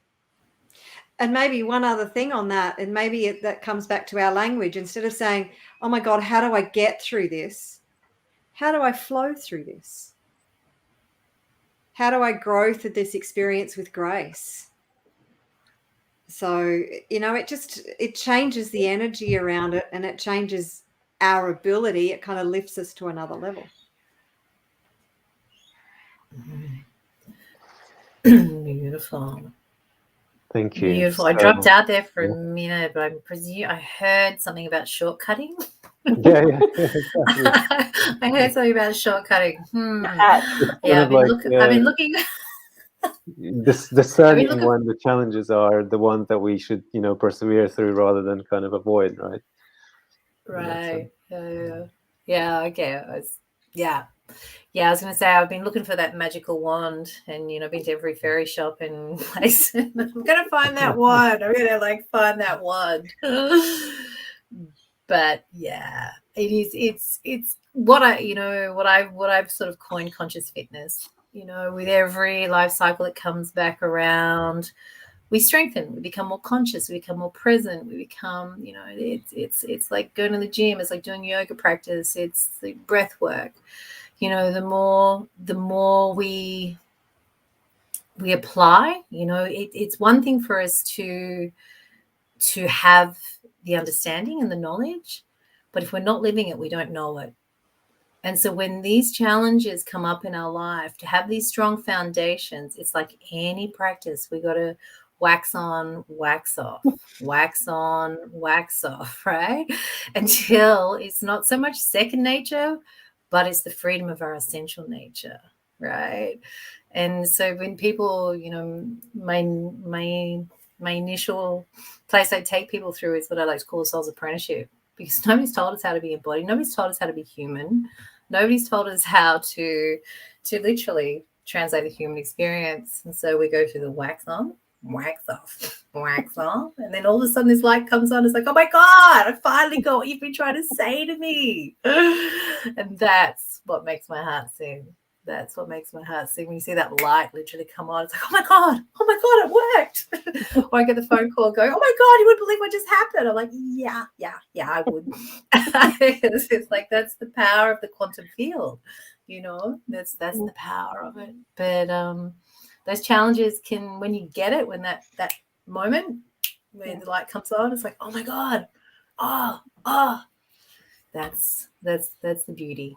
That's the beauty. But hang in there, beautiful people. You got this. And I think if we're looking for a shortcut, what are we trying to avoid? Yeah, nice. So this is a journey. It's not about the destination. It's very cliche, but it's about the journey. So if you're always looking for a shortcut, what are you trying to avoid? Come back to self. Nice. Beautiful. Thank you so much. Yeah. Thank you. Anyone wanted to? Just very simple, but our gut talks to us. We don't listen. It talks to us with our emotions, from the highest to the lowest. If your gut is hurting in situations, when you were saying when to know to get out of something, your gut, that massive nervous system in there is saying, get the hell out of here. This is not for you. Yeah. You know, we get feelings that things aren't right, that we shouldn't be going this way, we shouldn't be getting involved here. We get the feelings. We don't want to do it, but we do it because we think we have to, or we want to be a decent person. But sooner or later, the gut will say, I'm going to hurt you if you don't listen. And honestly, it's a really easy way to know whether or not to go down a path. And sometimes we just have to. Sometimes we actually have to. Maybe we're helping out someone in a terrible situation and our gut's hurting because we know how hard and horrible it's going to be, but we know it's the right thing to do. I think that's slightly different from what I was saying. But when the reticence is there and you know the emotions are telling you to run, flee, that's the one to avoid. Thank you. Thank you. Indeed. So to just complete our conversation here, what I hear with regards to if spirituality is essential for strong foundations, well, I mean, that's perhaps, you know, a bigger conversation to continue exploring, obviously, and there's so many dimensions to that. But I hear, in a way, it's yes, because it gives us that sense of presence in a moment, and it gives us that sense of stability, and it gives us that sense of connection. And what I also hear, it is experiential, right? Like we can fall into these experiences, we can consciously reach out for these experiences, but it's very much something that happens to us. And that's where the festival comes in and the synchronized experiences come in, right? And in a moment, we'll, you know, complete our conversation here with the panel. We'll continue our central stage live stream in a different conversation with Michelle. But 3 of our hosts will go to their main events to host their own spaces and create their own experiences, right? And as different spirituality is, as different these experiences will be. And what will unite them is a single intention to uplift ourselves, to elevate our thoughts, our intentions and emotional states. And what will unite them is the same moment, to really, you know, reverberate that energy throughout the world. And I would love you to share a little bit about what you'll be offering and what your practice will be. So in a few words, if you could each please share what your hosted events will be about. I will be sharing a meditation / connection point for all of us to just create this energetic grid over the globe, just for unity and love, and just really visualizing that peace so that we can all come together with strong intention. Thank you. I'm actually going to be sharing our life path, which we've actually been talking about quite a bit here. And how to know whether or not you're going in the right direction or the wrong direction. And the meditation at the end will be about that, just a 10-minute meditation. But I will get into other aspects too, to do with karma and DNA, or shall we say ancestors, those who have gone before us, and our own personal karma all coming together to create our own life path. I've got FOMO. I want to go to both your things now. I'll be doing light language, sound healing, light body activation. So bringing in the foundation of the spiritual awareness and bringing in the light codes to really activate that light body within you and take you to whatever your next level is to take you to the next level as a light being. So that's what I will be doing. Excellent, thank you. So let me share in a few words with our viewers and those who are tuning in afterwards whilst you're here, well, how to reach your events and when they're starting, right? So the peak of this Asian Pacific wave is at 2 p.m. Eastern Australian time, and it will be depending on which times you're in at different times. But you can also see all of those times conveniently on the platform, and that's one of the ways how you can actually find out, how and when to reach these events. So the first way to therefore participate in these synchronized practices is to go to globalunityfestival.org, then click on Festival Wave 1, and you'll see these 3 wonderful events listed just here. You'll see the times when they're starting. Natasha is starting at 10 to the peak, and Margarita and Ratnamurti is starting half an hour before the peak, right? So they will start at different times. And when you click on each of these events, then you'll be able to YouTube right here in the platform, and you will also be able to join everyone in the Earth Elders group. So that's the second way how you can participate. And Ratnamurti and Natasha are going to be streaming from Earth Elders exclusively. So if you can click on the link in the description, you'll be taken in magic. That's the how and when. So I thank you all for participating in our conversation, and when you're complete, you're welcome also to come back for the wrap up and for the closing ceremony. You may or you don't have to, totally up to you. You can also just check into our live stream to see how we're doing. So feel free to jump in back at any point. Thank you so much, everyone, for being here with us today.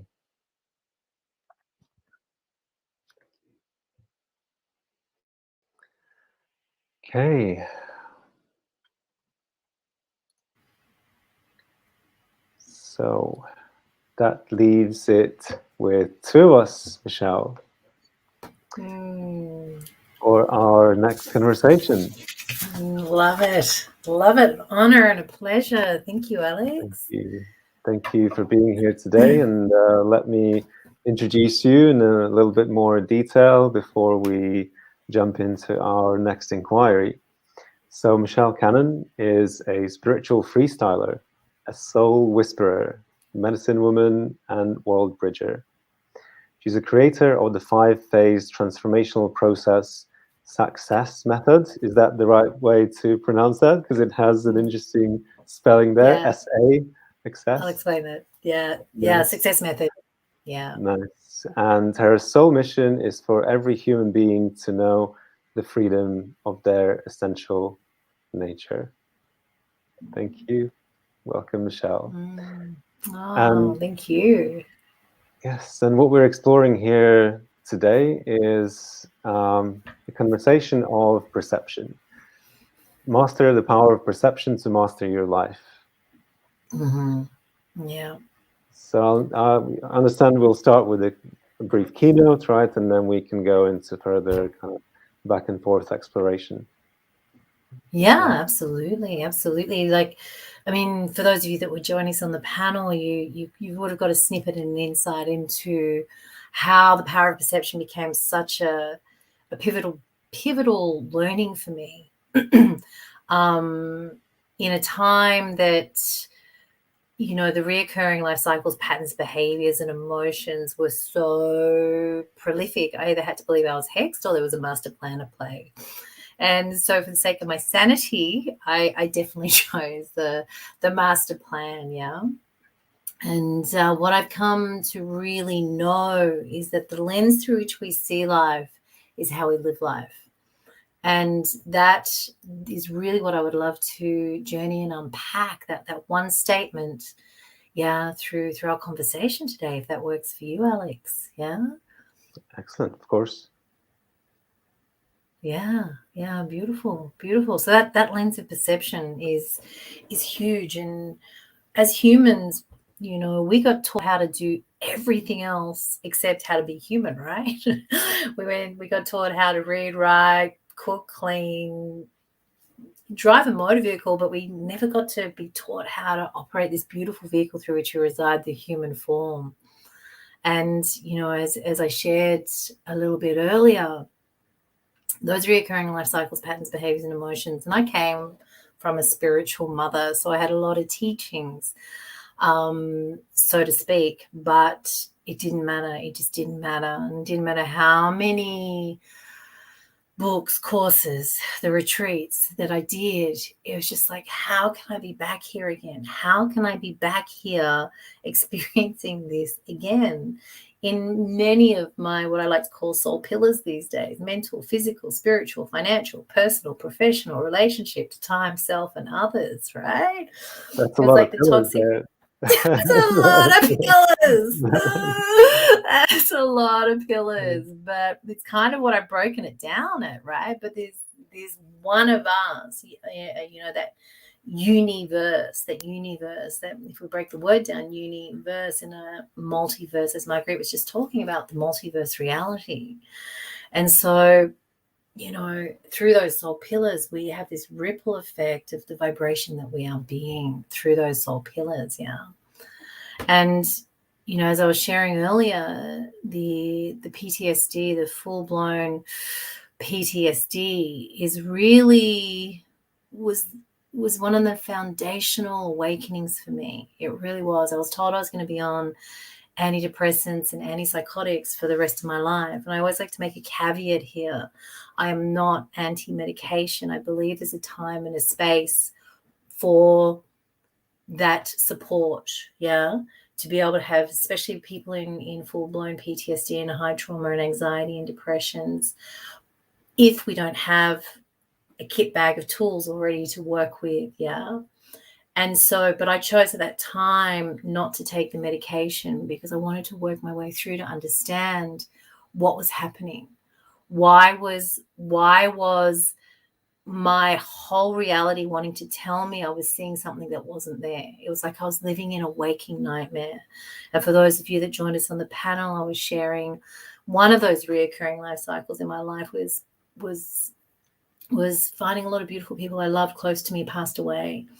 And it's like, how many times can one person go through that same loop in just one of those pillars, right? Many, many gifts that I've unpacked through the years. And it's really also understanding we cannot have life without death, you know, the yin, the Tao. And once I understood how the central nervous system was working, once I understood how to intercept the biofeedback of these triggers of our central nervous system, because it's doing exactly what it's supposed to do.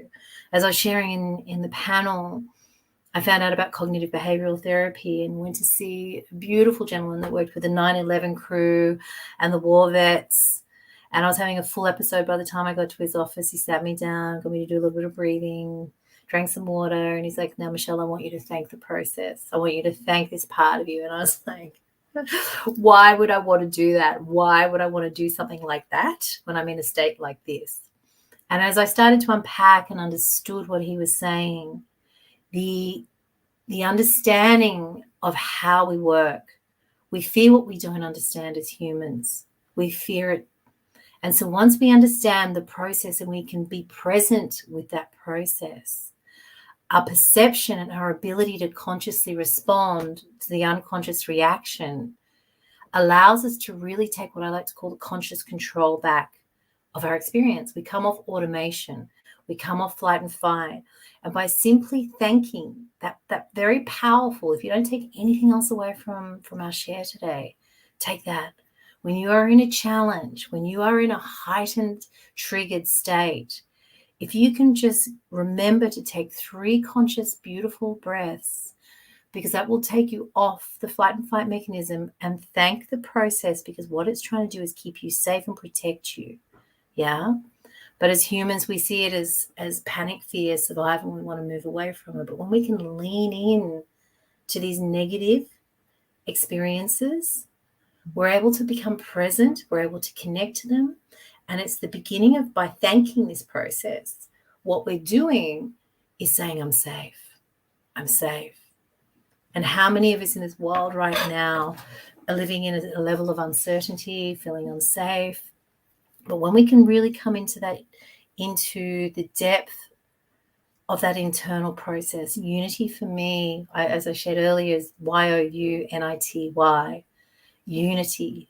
You are your universe in that multiverse reality. And when we can be present, when we can truly be present with what I like to call the trilogy of transformation, cognitive, neural, and energetic. Yeah. And that's what I'd like to just break down as we journey through our conversation today. Yeah. Yeah, thank you. And you were saying, that thanking the challenges is one of the ways really to lead into that. I'm sure you have a plethora of different other techniques, how to transcend those challenges, and I would love to hear perhaps a bunch of other tips, like how do we stay in that centered, calm place, when facing a challenge. In addition to thanking it, because sometimes we can't find the strength and the perception of it to thank it, right? So perhaps we need to take a step back, right, and find that way to see it the way that we can thank it, right? 100%. 100%. Yeah, 100%. Just like me, like when I was sitting in this beautiful gentleman's office, and he's like, I want you to thank the process, Mish. And I'm like, why would I want to do that? Why would I want to do that? And it certainly does take that conscious fitness. Yeah. And it's a process that I have actually been developing over the last 25 years. And as I was just starting to share, that trilogy of transformation is if I can just reverse engineer your question to give a foundation as we come into the process of the power of being able to really take the reins, to be able to be in the driver's seat, when we're in these really heightened states of trigger, is the trilogy of transformation. So what I like to call the cognitive, neural, and energetic embodiment experience. When we're able to really, and again, it comes back to the ability to be able to observe these experiences. Cognition basically is how we perceive ourselves and the world around us.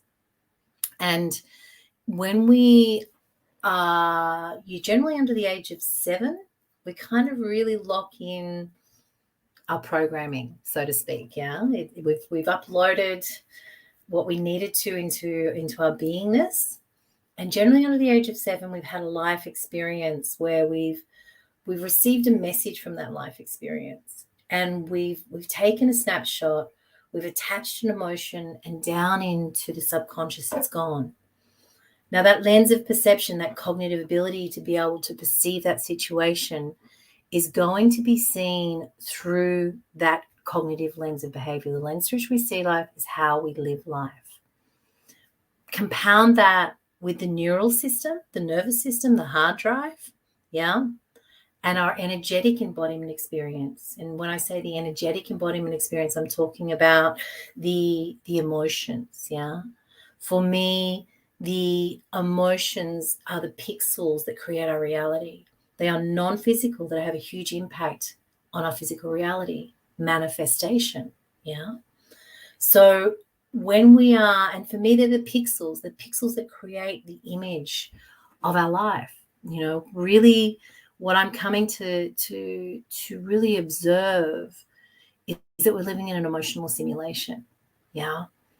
And so when we understand our emotional intelligence, when we understand the power of empathy, when we understand and we can really have that ability to be able to observe, first of all, observe. So to observe, generally, the Oxford Dictionary definition is to be able to see, hear, and be able to share what is noticed, yeah. But generally what we notice doesn't necessarily mean that's what's happening. We're living in a reality that is of smoke and mirrors. Because we're filtering it, right? With, as you were saying, the previous imprints from the past learnings and the past kind of decisions, right? Exactly. And we can literally delete and distort. You know, we have a mechanism in our brain to delete and distort a reality based on what our hard drive is telling us. Now, a perception is our ability to see, hear, and understand through our senses. But this is where it gets tricky when we're observing and then perceiving, but our perception can also lie to us. Our 5 senses can actually distort the reality to validate an experience to keep us safe, which keeps us locked in this reoccurring life cycle, pattern, behavior, and emotion. Yeah.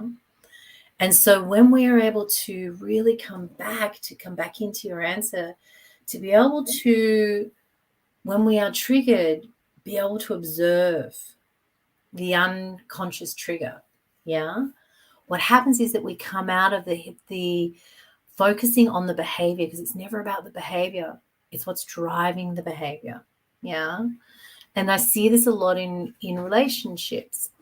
My husband and I have spent a good part of our relationship mastering this, right? Mm-hmm. Because he'll say one thing or he'll experience one thing. I'll experience, there's been one event and we've had 2 different perceptions of what's happened in that event. Yeah.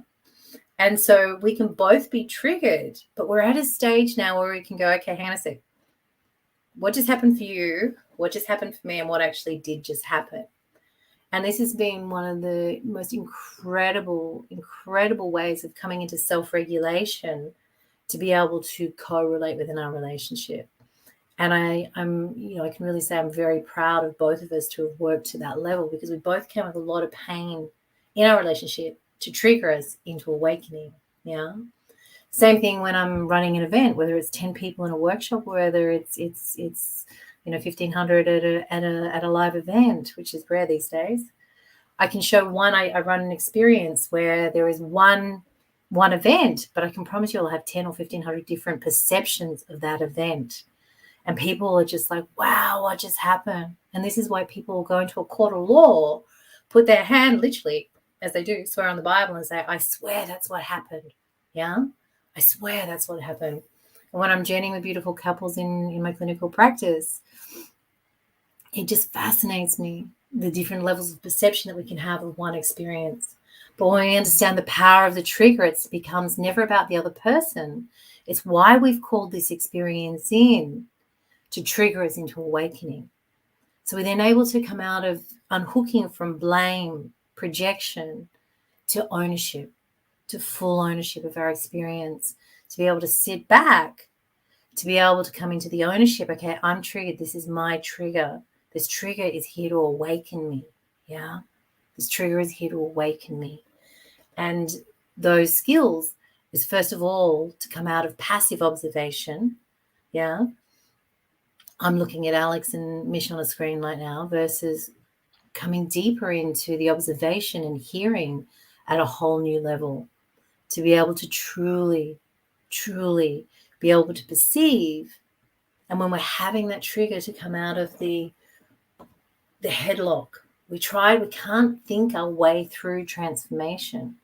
We cannot do it. We're going to fishbowl. We're going to go through that reoccurring life cycle pattern behavior. But transformation brings in that integration of that cognitive, neural, energetic embodiment experience for us to deeply be able to observe what the feeling of our thoughts. And you were talking earlier about the ancestors, the ancient ones.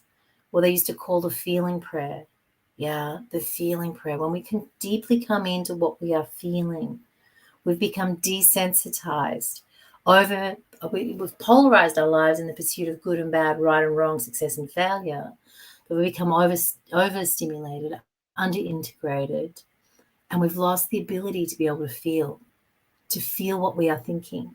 When we're in that trigger, to be able to deeply sit with that sensation. We're sentient beings on a sentient planet, and we're here to feel, to heal. Yeah. But the overstimulation and the desensitization has us disconnect and go back to trying to think our way through everything. We get stuck. We get stuck looping. Mm-hmm. And I really loved what you said, that the challenge is there to awaken us. I really like that phrase. So you can put that in quotation marks with your name under it.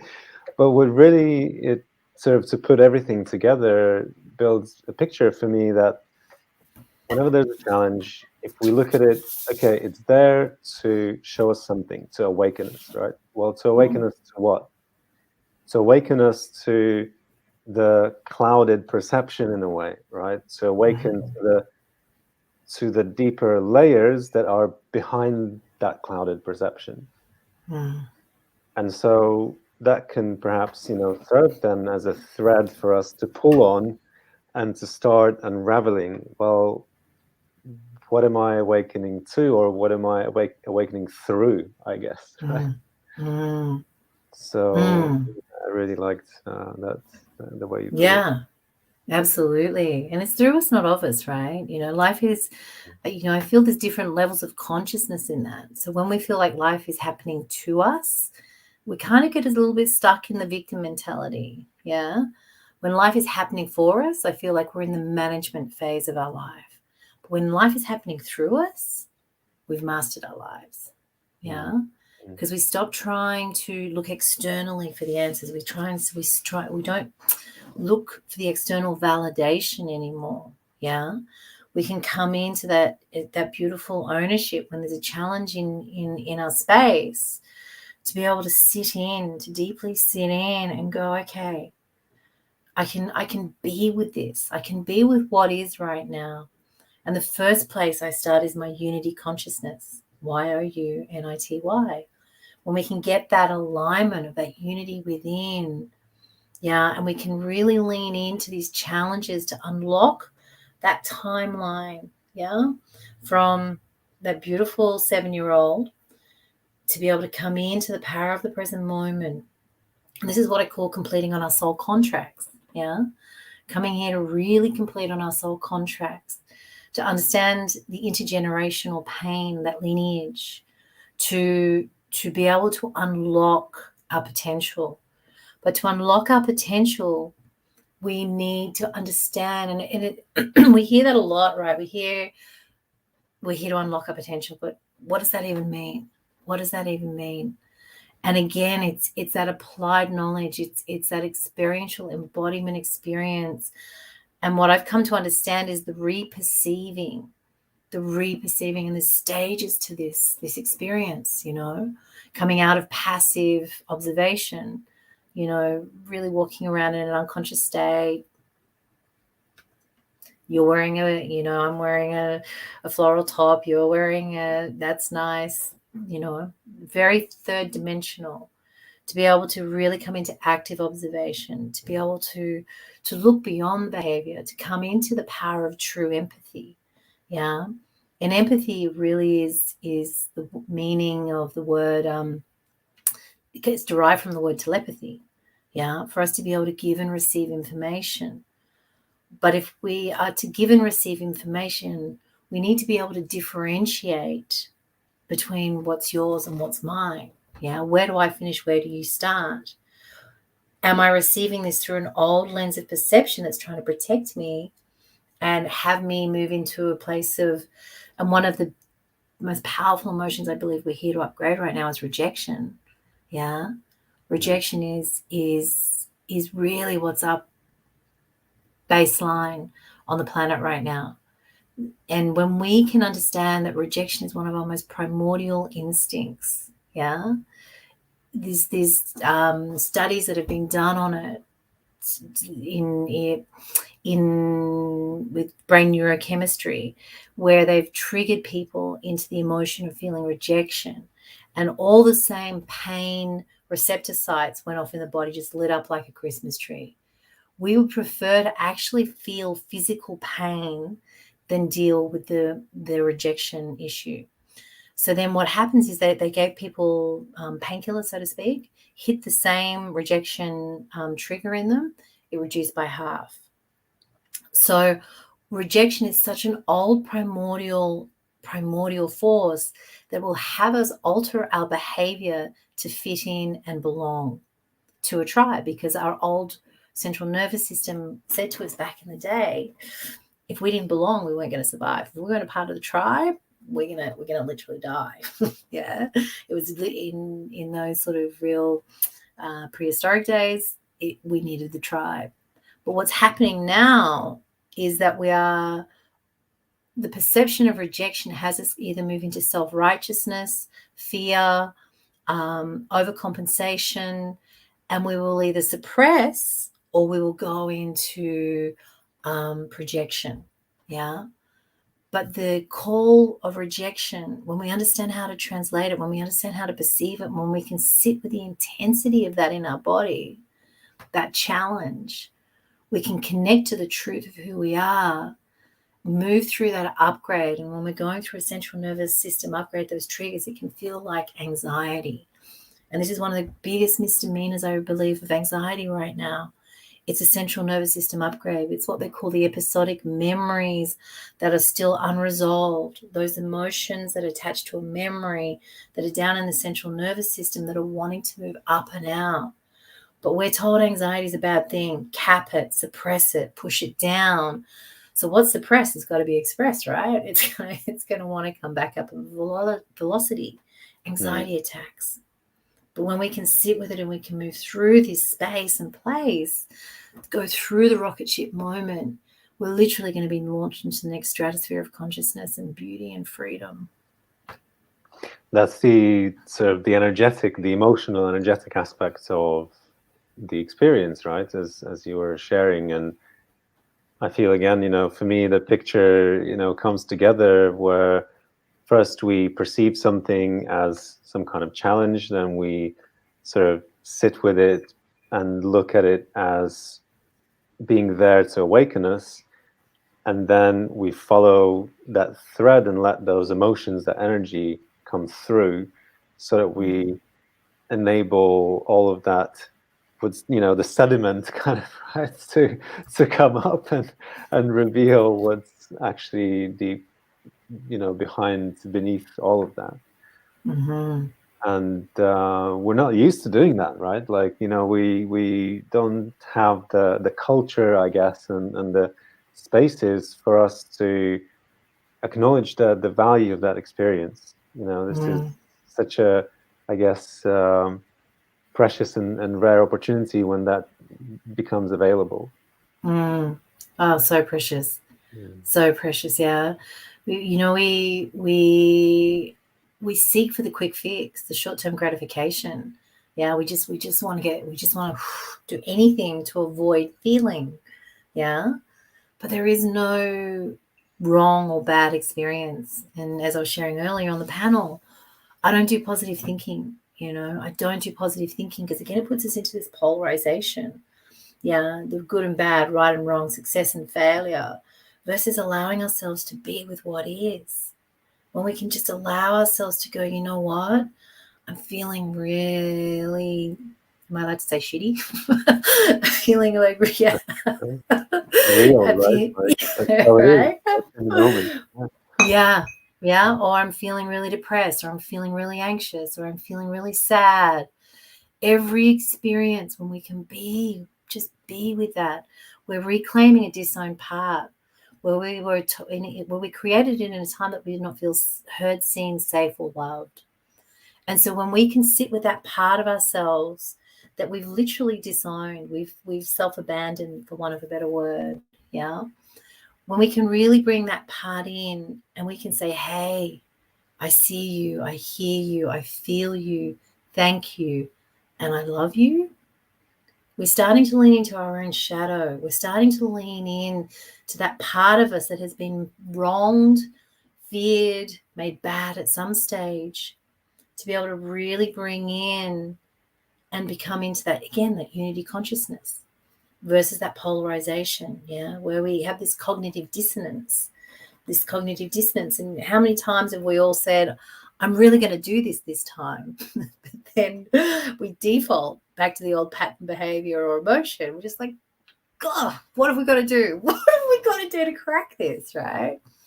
But understanding that cognitive dissonance, using it as an example, someone who's like, I deeply want to experience a fulfilling, deep relationship of love, but on the other hand, the shadow self, what I like to call the messenger, is saying, no, we don't do that. We don't do that. Because when we do that, what happens is we get hurt. We know that.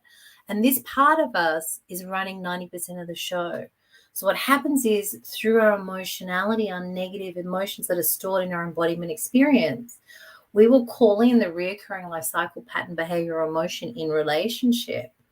And we'll go, how can we back here again? How have I attracted the same person, a B grade movie, different actor? How am I back here again? Yeah. But when we understand the power of this cognitive dissonance and we're able to lean in to the shadow, there's been studies done that show that the critical mind runs at 100 miles per hour, but the subconscious mind runs at 100,000 miles per hour. So we're saying, I want a relationship that is really beautiful, but the subconscious is already out there attracting the unconscious relationship back in, so that we can actually pattern match, activate, and align and awaken to the divinity and the beauty of true love. But we've got to know and understand, be able to translate the power of love. And again, Bruce Lipton did these incredible subconscious case studies where he had a massive group of people tested the words I love you, meaning self-love. 95% of people did not recognize those words, I love you, which means 95% on this planet don't truly know who they are. Yeah, and this is what recognize in what sense? The subconscious, when he was using a what do they call them? The machines that test the words of the subconscious. 95% of the people didn't recognize the words "I love you," which means so they were testing kind of the subliminal kind of perception of it, right? And correct, self-love. Right. What is self-love? Be able to self-love, and people ask me that all the time. What does it actually mean to? What does self-love even mean? And when we can love and understand and translate the shadow and start to love our own shadow, and then we've actually started to step into self-love. Because when we can love our shadow, then someone else can start to love it. But until we do, nobody else can. And then that really starts to put us into unity consciousness, right? Versus protection, isolation, fear, of the process. And as soon as we start going to isolation, projection, and rejection, we're moving away from versus coming towards in contribution and unity. Yeah. Well, there's so many threads that actually we could go from here, and yeah, this self-love thing is a huge topic, and the rejection is a huge topic, right? And the last thing actually that you mentioned, the perception and acceptance of the shadow, that's particularly interesting. Well, what's good about the shadow, right? Like, how do we perceive it as something desirable in our life, something that we want to be with and dance with, what's your take on that? Yeah, they're running 90% of the show.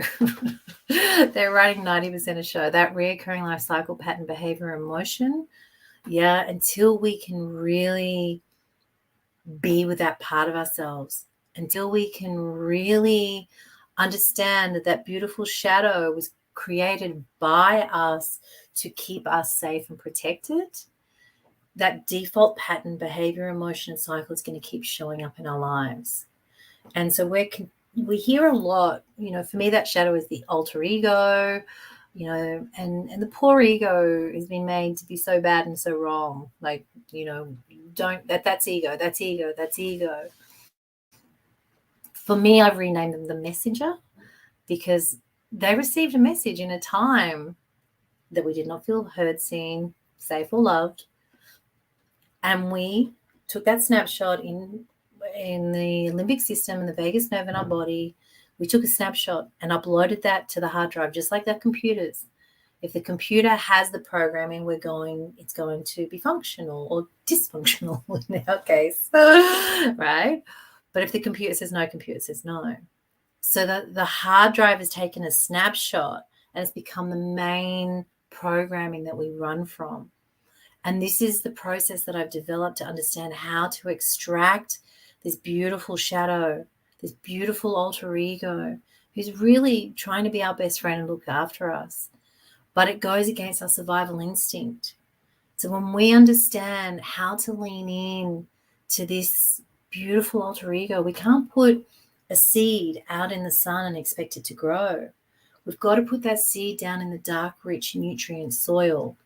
And that dark, rich, nutrient soil is our attention, the watering, the fertilizing of the parts of ourselves that we generally don't like, that we bring the cat o' nine tails out on ourselves, where we really get down, we really get hard, where we feel the deepest parts of the rejection. Yeah. This is where we lean into. And this is where the seed of potential gets to be unlocked when we understand how to perceive it and reperceive the origin memories, the reperceiving phase that actually activates us and releases us and has us emerge into alignment and the internal unity consciousness. Those alter egos, those shadows, they are our gateway to freedom. Those negative, those bad experiences, which is why I don't do positive thinking. Because what we do is we override, overcompensate, and we're actually just suppressing and pushing it down further and further. And it becomes like this volcano that erupts. And this is what's happening on the planet right now. We're seeing these eruptions because what's happening is this part of us is wanting to be seen, heard, and loved by us. And whatever this experience on our planet is triggering within you right now, that's the work. That's the work, because it wants to set you free. When it sets you free, then you become the ripple effect for the collective consciousness and its critical mass to tip into awakening. And it's only going to take 10% of us. It's only going to take 10% of us. And I believe we're close. We're really close. Yeah. Keep going. Keep going, beautiful people. Right. Yeah. And that's one of the core intentions of this place, really, to explore these different practices, to tap into our deeper self, elevate our thoughts, intentions, and emotional states, and really in that connected way, in a synchronized way, uplift others, right? And we're nearing now the peak of the wave 1, Asia Pacific wave. In a few moments, other hosts who are hosting their events on their stages will share a practice which will enable participants to tap into their deeper selves and elevate their consciousness. As we complete here, so as you mentioned, right, you have a process that allows people to also reach these deeper layers, shift their perception, and you have a training course or an academy. So perhaps you can share in a few more words about that. Yeah, absolutely. Absolutely. So the 5-phase transformational process, I've just recently rebranded as the Success Method, SA, because the first phase of really stepping into the 5-phase transformational process is the soul's apprenticeship. So I started in acupuncture. I've studied many, many modalities. And the 5-phase transformational process is based in the 5 elements. So it's a deeply embodied experience that's based on the foundation of the Trilogy of Success. The Trilogy of True Success, Trilogy of Transformation. And when understanding the 5 phases from the earth element, which is the spleen energy connected to the neocortex of the brain, I go through each phase with you of the 5 phases of the transformational cycle. So from spleen to lungs, which is connected to the reptilian brain, which is basically where we unpack the shadow, to then coming into the kidney energy, which is moving out of fear into free will and really knowing your value and plugging in and knowing the anchor of your soul's mission, to then coming into the liver energy, the fire, which is the wood element, the alignment to the true ethereal soul, to really, which is the liver is the orifice to the eyes. When we understand that true alignment, when we can bring that in, the heart opens and we actually start to come home and activate a life by soulful design.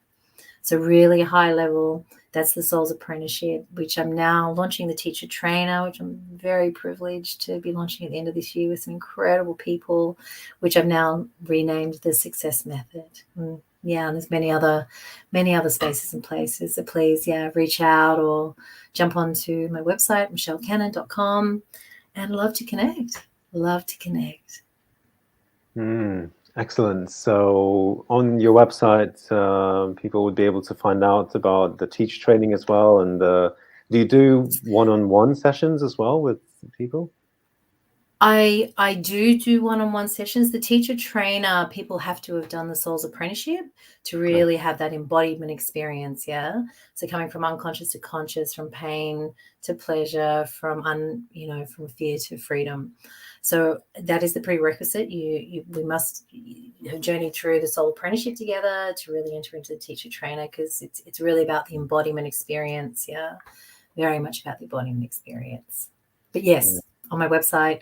Yeah, or just reach out to me, find me on Facey, pretty easy to find, and we can have a chat. Yeah. Excellent. Or Instagram. Thank you. And I really like the embodied element of it, right? Like, tapping into our organs and our body's deeper processes, and obviously the neurology of it as well. So it's really, from what I understand, truly working on all levels, body, mind, and spirit, right? Amen. Yeah, absolutely. Excellent. Thank you. Well, it's been a pleasure exploring this theme with you, and also on the panel. And now we're reaching the peak of our wave 1. Yay! And, thank you for being here, and feel free to join us after the peak. So once you drop off, I will go through the journey, so those who are watching us, to explain what's going on and what's going to happen after the hosts complete their events. We'll be continuing here on the main stage, and please feel free to tune in afterwards. Beautiful. And for you, Michelle, as well. Feel free thank you, Alex. Thank you for your incredible contribution and commitment to humanity. Thank you so much. Blessings to you. Right back at you. enjoy all the crazy, incredible offerings. Ciao for now. Bye. Much love. Bye. Okay, so for all those still on the central stage, we're now reaching the peak of our wave 1. And to join other hosts who are going to be offering synchronized practices, you can go to our platform, globalunityfestival.org. And on there, if you go to the festival section, you'll eventually get to the platform which will list you all the events happening at the moment. So for example, Margarita here is hosting her event directly on the platform as well through YouTube. And if you simply click on here, you'll be able to see her offering. And if you would like to choose other hosts, just go to their events and you'll be able to see their offerings on there and join them in the Earth Elders platform. So that's as simple as that. So for now, we will honor the hosts and the offerings that they're sharing and go into off-air mode here. So we will be playing a nice meditative music for about 10, 15, 20 minutes. So once the other events are complete, feel free to dial back in and tune in for the following conversations. We will have Natasha Black join us afterwards again for a conversation on strong foundations through love and unity, and then we will have a closing ceremony to complete the day. So thank you and enjoy the synchronized practices hosted on our different stages across the platform. See you soon.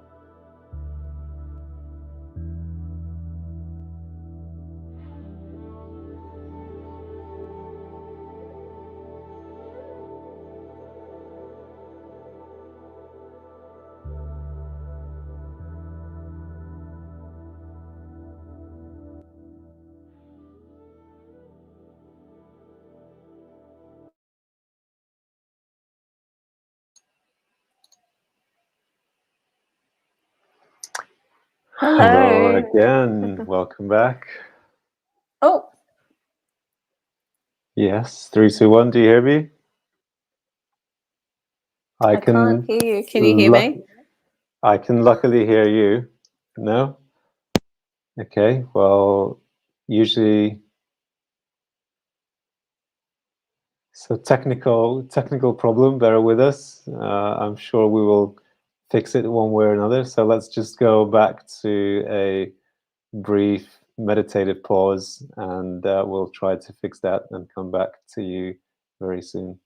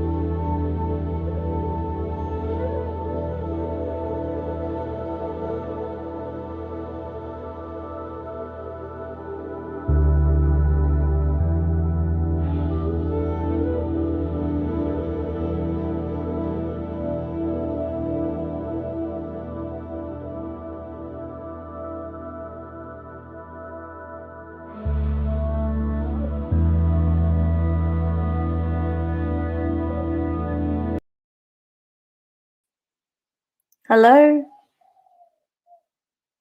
No, I'm Oh, muted. yes. Attempt number 2. You can hear me. Excellent. Okay. Awesome.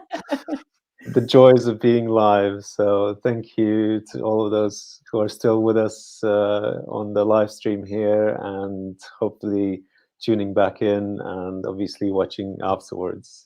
So thank you for being with us here. And yeah, Natasha, welcome back. Thank you. And we'll, if others join us, we'll explore a little bit more about the experience. And of course, it was small scale this time, and the vision is for it to grow and expand. But how was your event?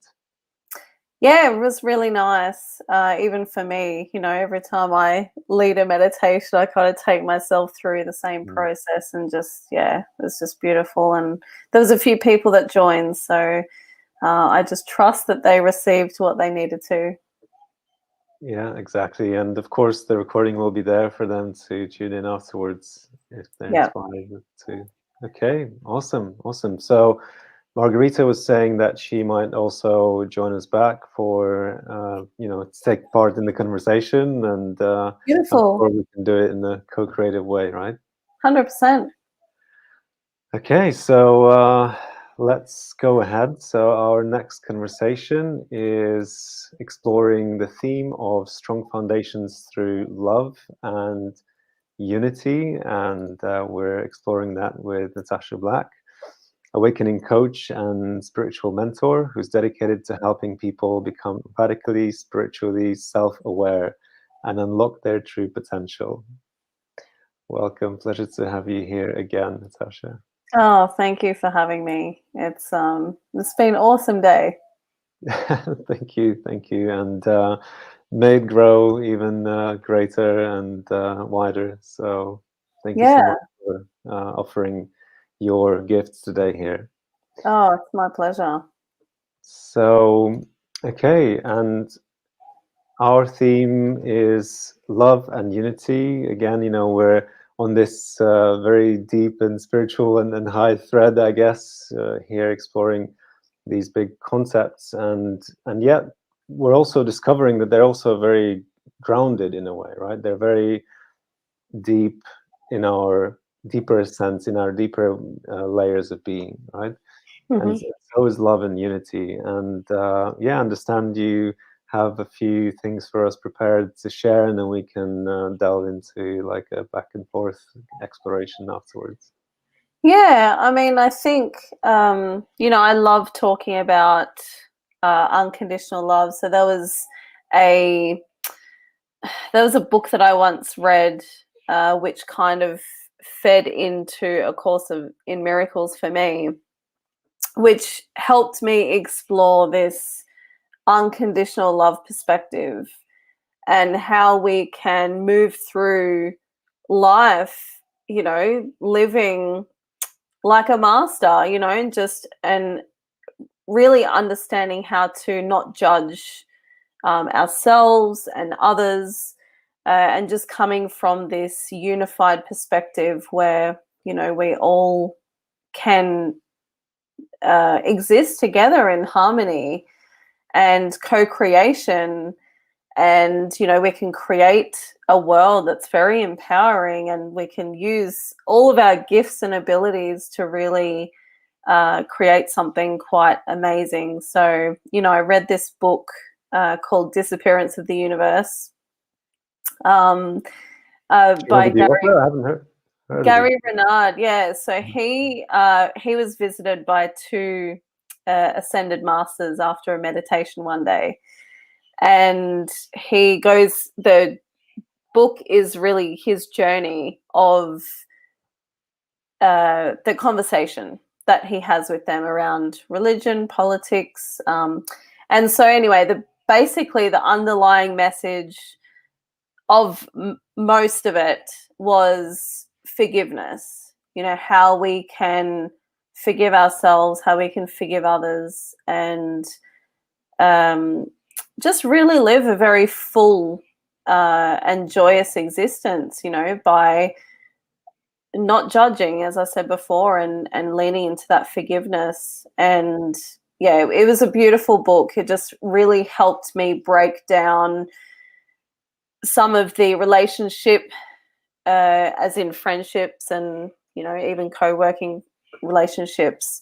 It just helped me break down a lot of those things to be able to come together with people and to not hold a lot within ourselves, a lot of discord or stress. And so, I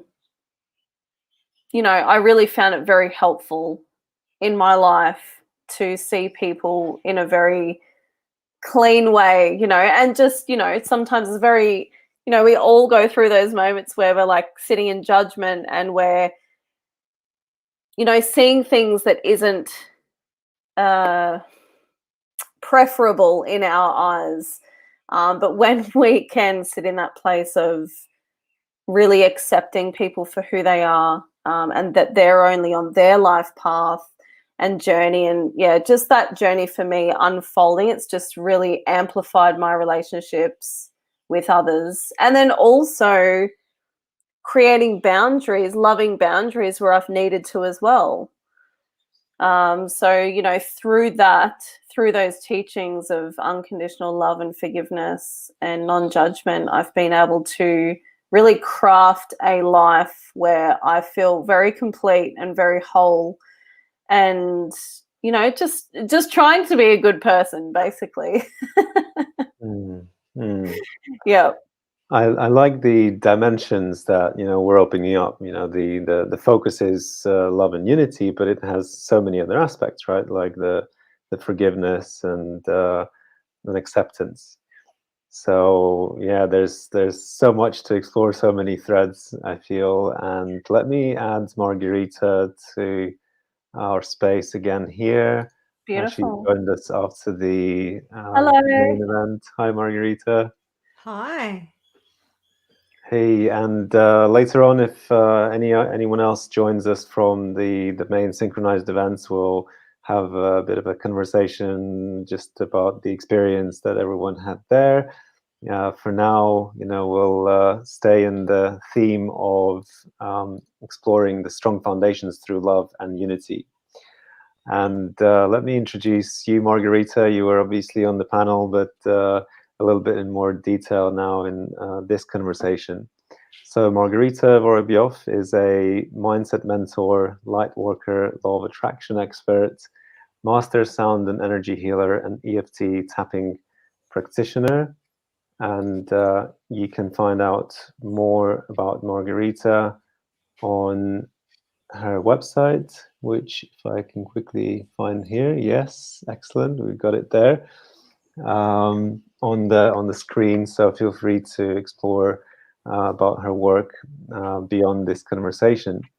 So yeah, love and unity, a deep exploration, and as you heard, we started unpacking the different dimensions of it, right? The acceptance and the forgiveness. So feel free to chip in on this note, or we can continue with Natasha. I think continue with Natasha for the time being. I'm just happy to sit and listen to her wisdom. So, yeah. Excellent. Thank you for joining the space again. Okay, well, you know, the love and unity as a strong foundation, and I think you tapped into the forgiveness, right? And how do we forgive, you know, when and come back to that love and unity? What is your recipe? What have been your experiences with that? Yeah, so I've had really powerful experiences with forgiveness. And prior to leaning into this practice myself, I, you know, had the thoughts like, I don't need to forgive that person, like they did me wrong, and, you know, like having these really like traumatic feelings, you know, which I hadn't quite healed from. And so there was this, no, they don't deserve it kind of thoughts popping up for me. But I learned as we're all exploring and learning more about what this existence is about, and you know, becoming a better person, I really started practicing more and more this forgiveness, and it does come in layers. You can have, you know, 50 layers to one kind of episode or one event, you know, that needs to be unpacked over time. And I would say to people, it's very important practice, because it's not, forgiving someone is not about the other person. It's about ourselves. And when we're holding on to, and I speak from experience where I was holding on to a lot of this angst and judgment towards the other person for doing me wrong, and sitting in this victim consciousness for quite a while, you know, trying to justify why I shouldn't forgive them. But you know, it was really just hurting me. It was disturbing my own peace. So the more I was unpacking that, I realized, okay, I need to lean into this and see what's here for me.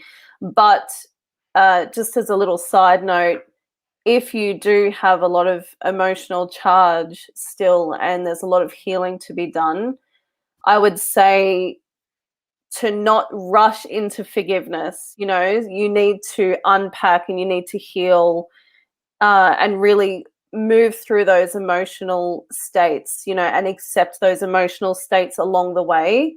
And then when you feel like you've processed a little bit of that, you can move into the space of, okay, I've kind of processed this now, I've healed, I've done a lot of healing around it. I can move on now in an empowering way for myself to gain peace back in my life.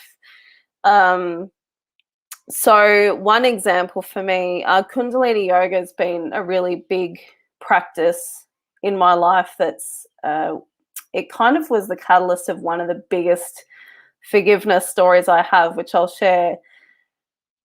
I remember bawling my eyes out because at the end of the practice, we listen to this chant, and it's the first repetition is thinking about someone, sending love to yourself, love and forgiveness to yourself. Then the second one is friends and family around you. And then the third repetition of that mantra is to send love and forgiveness and healing to someone that you may have unfinished business with. And I just remember just bawling my eyes out because, you know, you can feel when you're in a deep connection like that, what isn't true will come up and will move you. So I was very moved, and I then went and did my own deeper healing and forgiveness into this situation. And I had not spoken to this person for 2 years. They hurt me in a way, and I couldn't let go. So I did this self-guided meditation and just this visualization of just letting go and really seeing them as another human that makes mistakes as well and just on their own journey. And I just went through this whole visualization myself. And within 12 hours, this person messaged me and said, I'm so sorry for everything that I ever did. And we, you know, met for coffee and it was all fine. And that's happened to me twice now. So within 24 to 48 hours, a big action like that happened, and I've received 2 apologies. And so, you know, it really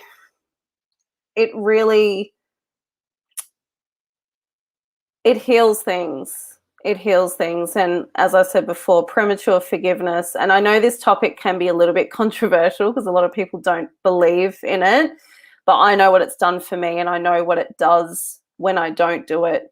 And it just creates so much discord within my own peace and being. And I know that I deserve to be peaceful and happy and living my best life. I don't want to be holding on to anything. So yeah, that's something that's been extremely powerful in my forgiveness practice. And I do it still, you know, even if it's the slightest thing, I'll just try and see that, you know, this person has come from, you know, people only know what they know, right?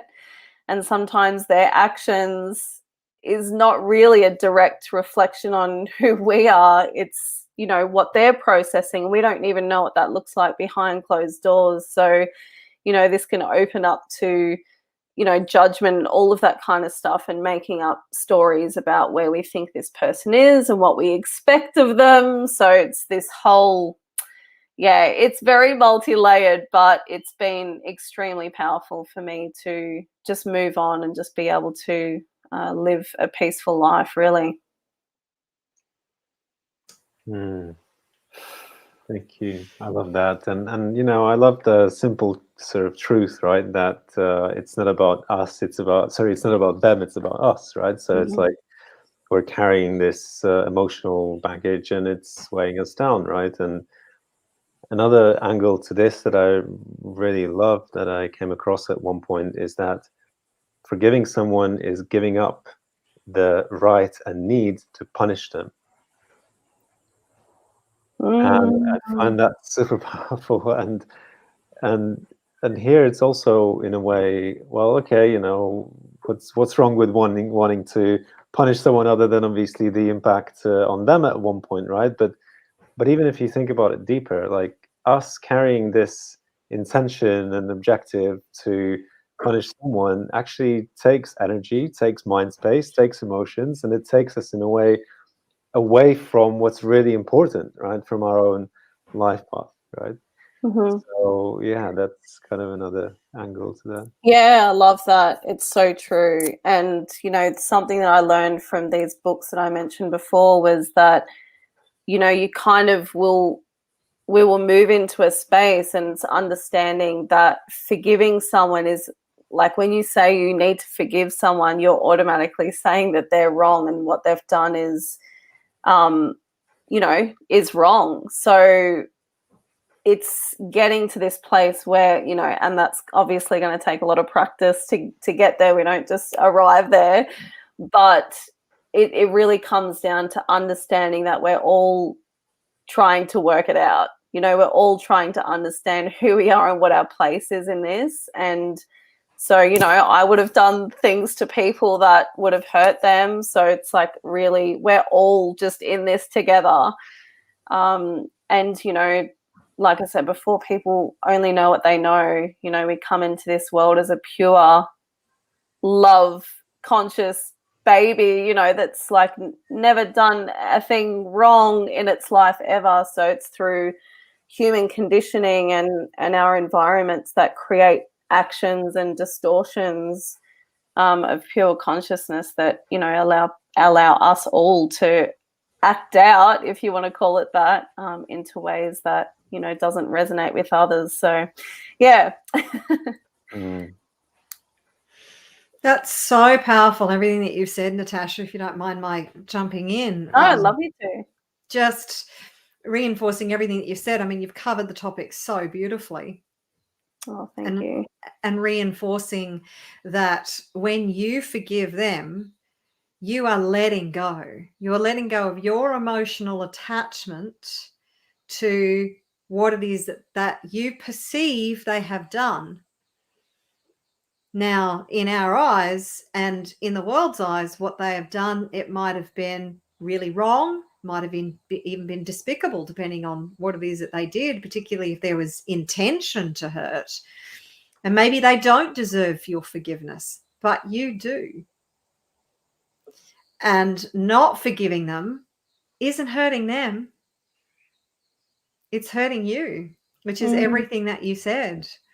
So, and that story that you told about when you forgave them, they then contacted you and apologized. And regardless of, I mean, you didn't need them to apologize at that point because you'd let it go.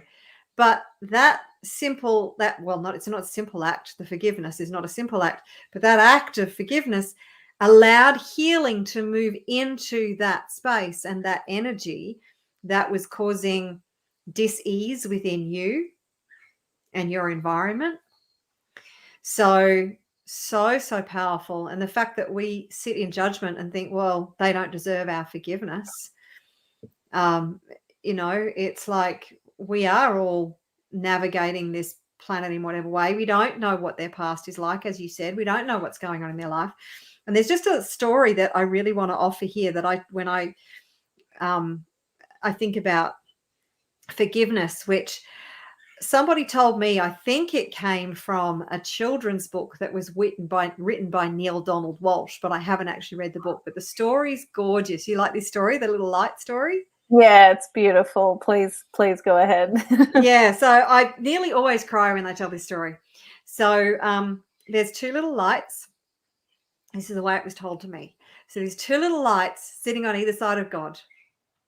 And one little light is just like constantly chattering and talking, and the other little light's just very quiet, just sitting there very still.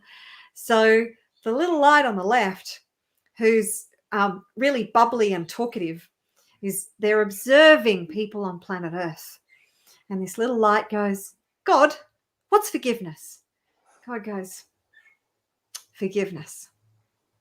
That's a really tough question. You really can't know forgiveness until you experience the opportunity to be able to forgive somebody. So when you forgive somebody, it means that they've done something really bad to you and you need to forgive them, or they've done something to you and you need to forgive them. And if you want to experience real forgiveness, then they need to do something really bad to you for you to be able to experience forgiveness. And the little light is quiet for like a nanosecond and goes, but I want to experience forgiveness. I really want to experience forgiveness. It sounds so cool.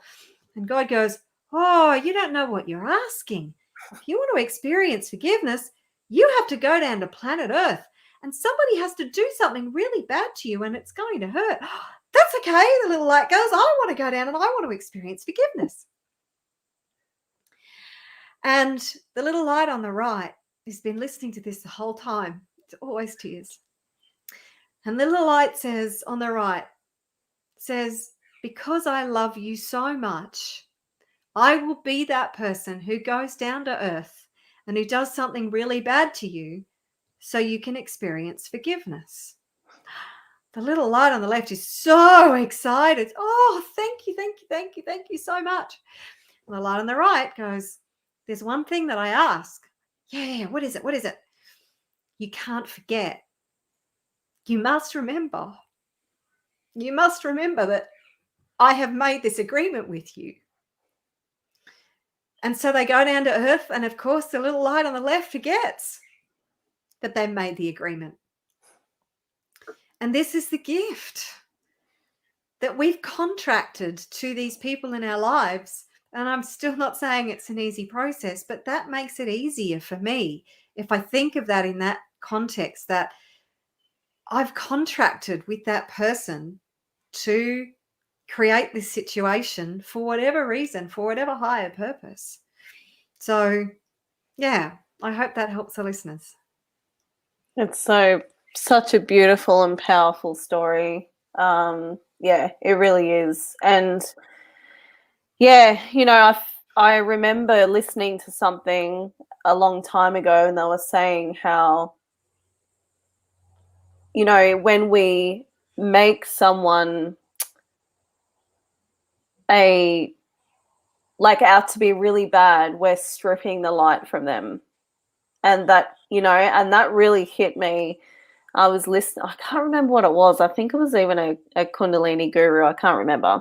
But that hit me because I was like, wow, who am I to strip away that person's light because they did something that was human, you know, which maybe they were aware of or they weren't. But it's not up to us to play God or to play the universe or to forgive, you know. It's like, yeah, on that other level, it's just like, it's not up to us. We just have to work out how to figure out ourselves and how to create peace and run this machine to its fullest potential. So yeah, I just remember reading or listening to that and just going, whoa, okay, yeah, like that's true. You know, whether they do the worst crimes ever, you know, I'm sure we've all been there in past lives, you know, I'm sure we've all done those things. And it's just us learning how to fully express ourselves. So yeah. Thank you. Thank you so much, Margarita, for sharing that and really just weaving in the whole journey that we've been through today, right? About this deeper humanness that is connecting us all. And really that's what you spoke to so much. And that's what also, Natasha, you were referring to, right? Like when we're able to see that, you know, whoever is there on the other side is also just human, right? We can connect. And yet, like, these things are difficult, right? Like it's difficult to acknowledge that we had an agreement with someone, perhaps, right? And especially in the harder situations, the more complex situations. So yeah, and that's where we search and look for the meaning and look for the solutions. And I don't know, Margarita, if you have some kind of, again, tips or suggestions for how do we continue to always recognize that there is some kind of deeper in these difficult situations between people? Well, I think that comes back to recognizing the divinity in everything, the divinity in our interactions, even at the times that we are in right now, and the extreme things that we're seeing unfold on the planet. And coming from that space of love, from the one perspective, somebody said, I love your perpetrator. I said, well, maybe I'm not ready to love my perpetrator. But maybe I can love the divinity that created this situation and see the blessing that is unfolding because of this situation. And I will love the divinity that created this, and I will ask the divinity to love the perpetrator. Because maybe I'm just not ready to go there yet. And I also think that sometimes maybe, I don't know, maybe I'm not evolved enough yet, but sometimes I think maybe somebody doesn't deserve my love or my energy. I deserve my love and my energy. And in that forgiveness, I am doing an act of self-love. But to turn around and love a perpetrator, depending on what that person has done, it could be like, I'm just not that evolved. So, but I'm going to send love to the divine and say, please send them love and blessings. Please send them love and blessings from your infinite capacity to love everybody and everything. Please send me wisdom and understanding to see the blessings in this situation, because I think in the extremes, some of the extremes, like depending on what people are perceiving as to what's unfolding on the planet right now, look at what it's facilitating. There are some really dark things happening on the planet right now, but what that is facilitating within humanity, within the collective, is extraordinary. Doesn't make it pleasant, doesn't make it right. But yeah, so I think coming to those deeper places of awareness and recognizing our part in it, that I co-created this. It's not all that person's fault. I co-created this. Everything that we see unfolding on the planet, we co-created it. We contributed to it, whether it be our lack of consciousness, whether it be our addiction to comfort and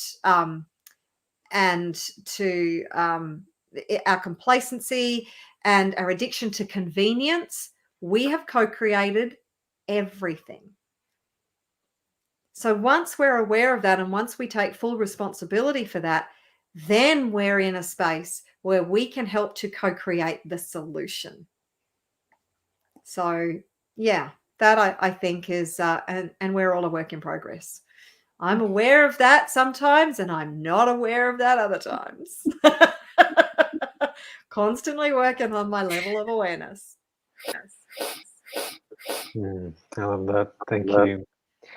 And, also, sorry, can I just mention that, with forgiveness does not mean that you cannot set boundaries and loving boundaries and not have that person in your fields. Like, you can still do that from a very loving place.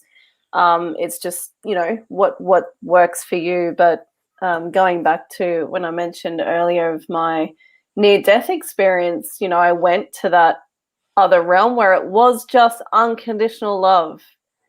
There's like nothing else that exists there. It's just pure unity and pure love. And so, obviously in the future, we're all working towards becoming more like that, more unity, more love. So I just wanted to drop that in. Thank you. Thank you so much. Well, that's some hard truths as well, right? And some challenges for us to definitely kind of step up to, I guess. Thank you for sharing that. So I would like to bring back onto the stage Ratnamurti Saraswati back after she has also completed her synchronized event. So to join us for a conversation, welcome back. Thank you. And let me also introduce you in a little bit more detail. So Ratnamurti Saraswati is passionate about us all having a more fulfilling life. Over 10 years in yoga, working with chakras, elements, kundalini realms, 8 years energy healing, channeling and clairvoyance, and 12 years Maori deep spirituality and healing. So quite some journey there and quite some experience. And if you would like to find out more about Saraswati, then please follow on the link that you see at the bottom of the screen now. So we're exploring the theme of love and unity as a foundation, and I want to bring us back a little bit to the earlier parts of our conversation. And one of the things that really occurs to me is that love and unity isn't necessarily something that we need to strive towards and work hard towards. I mean, we can strive towards it, of course, but it also occurs to me it's what remains when everything else that's not it is cleared away, right? So in a way, it's about really allowing it and letting it be and falling back into that, core of ourselves. And there's another angle that I wanted to come back to. I don't know if anyone wants to speak to that. Anything? All good. Okay, good. So the other angle I that didn't I hear the wanted angle. to come What was back the other to. angle? Oh yeah, so that's I'm going to share about that. So Natasha was sharing about these experiences when she worked through some healing, some deep unconscious patterns, right? I guess you could call that. Then or forgiveness, right, is specifically how you shared it. The person who you were working with, right, suddenly appeared and suddenly contacted you. Like, I assume it was not with you prompting that person, right? Like, it was just them showing up by themselves, right? Yep. And this is really an interesting phenomenon, I find, and I've experienced the same myself when I was working on some deeper unconscious layers, and there was one particular instance when it was with my best mate, and somehow we hadn't really contacted each other for a couple of months, really. And so there was no reason for us to kind of reach out to each other. It was literally on the same day, within a space of a few hours. He calls me up and says, like, "Oh, how's it going?" And he kind of just started talking in a way that he never used to talk, like in that mood and in that sort of angle, right? And it was like, wow, well, explain that, right? And I'm sure everyone has had similar experiences, so perhaps we can explore that a little bit. Yeah, that forgiveness thing, it's interesting. I remember a few years ago, I found out that someone had done really bad things to me for a long time. And I found out how they'd been abused as a child, and I broke down and I said, how could you tell me that? It was easier just to hate them. And it's all gone. The fear's gone, everything's gone, because all I could see was a hurt child. It's all I could see. And I think sometimes when you understand a person's past, I mean, we can't ever completely understand, can we? But some things do make sense. On the other hand, you meet people in life, right? Forgiving them over and over, they just keep doing it, whatever is causing you pain. So for me, it's like two sides of the coin. You want to love, and you can. You can love people so much who have done terrible things to you, but if you know there's going to do it again, you actually don't have to like them. And I think it was you, Natasha, or was it Margarita, who says you don't have to be with them. Hmm. And I think that's an incredible lesson. We don't have to be with someone. Love, I think love actually is what it's all about. And I think it's underneath. I mean, it's in us, but it's underneath a lot of stuff. All our own hurts, all our own misconceptions, all our own wants. It's there anyway. I think the wonderful thing is once you experience it, you want to keep experiencing it.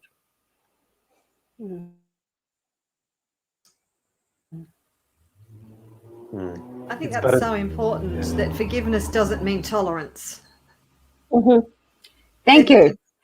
It doesn't mean that you tolerate somebody's abusive, Exactly. unconscious behavior in your life. Yeah. It's like, well, if you're going to continue, we teach people how to treat us. If you're going to continue that line of behavior, then I'm closing that door. You know, I've done that to That's family a really members nice in my way life. to express it. Straight down the line, but it's nice.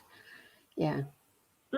I've closed the door on family members in my life and just said, because I've appealed to them on multiple occasions, they actually couldn't see how they didn't mean to hurt me, but they couldn't see how their behavior was actually impacting me, even though I appealed to them on multiple occasions until I went, I'm done. I'm going to love you, but I don't need you in my life. It's fair enough, isn't it? Yeah.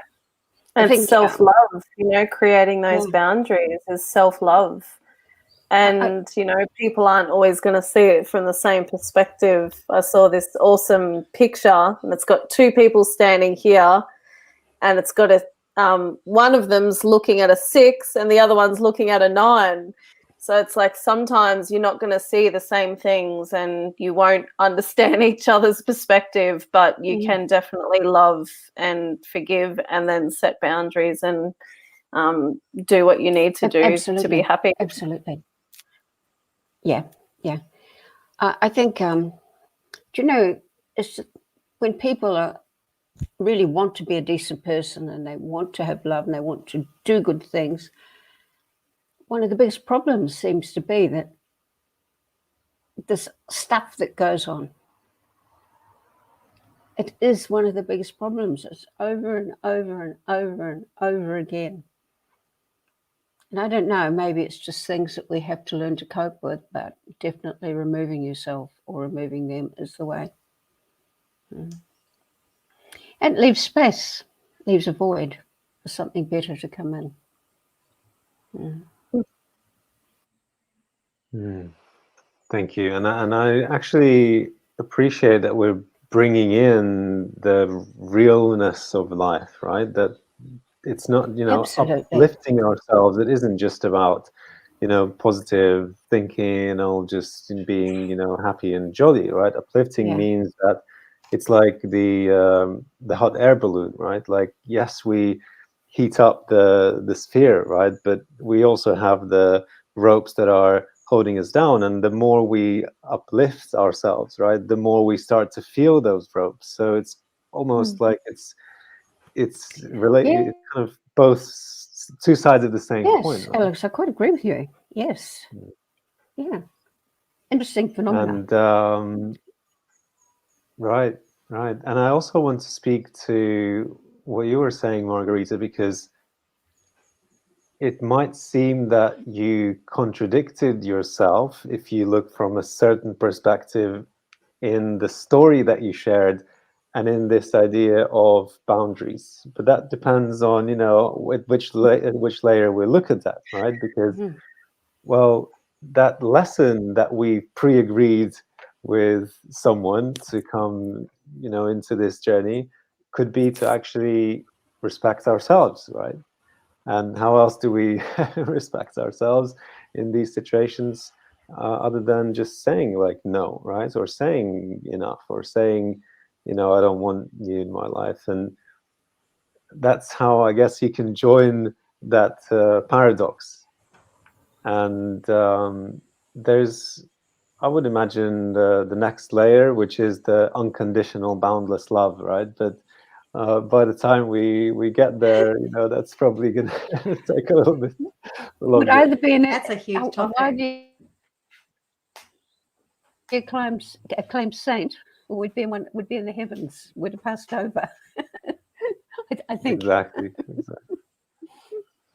Oh, that's a huge topic. And yes, it can seem paradoxical to say, well, I'm going to forgive you, but I'm not going to tolerate that in my life. And you're exactly right. That lesson may be, I love myself too much to allow you to continue to abuse me. And if that's the way that you're going to continue to interact with me, then I'm not tolerating that. So, yeah, you can forgive them and love them. I love that member of my family. And they said to me, well, how can you love me and treat me like this? I can love you just fine. I probably love you more now than I did when you were in my life, because you're not upsetting me all the time. Yeah, that's interesting, isn't it? Yeah. You're not triggering me. You're not doing the things that used to upset me so much. So now I'm like, I love you heaps. Yeah. It's like we don't walk into a shark tank with lots of sharks, do we? Just because we can. You got to know where's what's wise, and use your discernment. Discernment's a beautiful word. Sometimes I think that just accepting that something has happened or keeps happening, I think we often can't accept it. When we accept it, it's easier to move on. Like we accept that it keeps happening. We accept that we're there. I remember I left a business situation some years ago, and my two co-people in the business, they went off with all the money and did bad things. And every time I ran into someone who had been coming to the business, all I could say was, I'm sorry, I'm sorry, I'm sorry, I'm sorry. And at the end, blurt out, I'm sorry because I was there.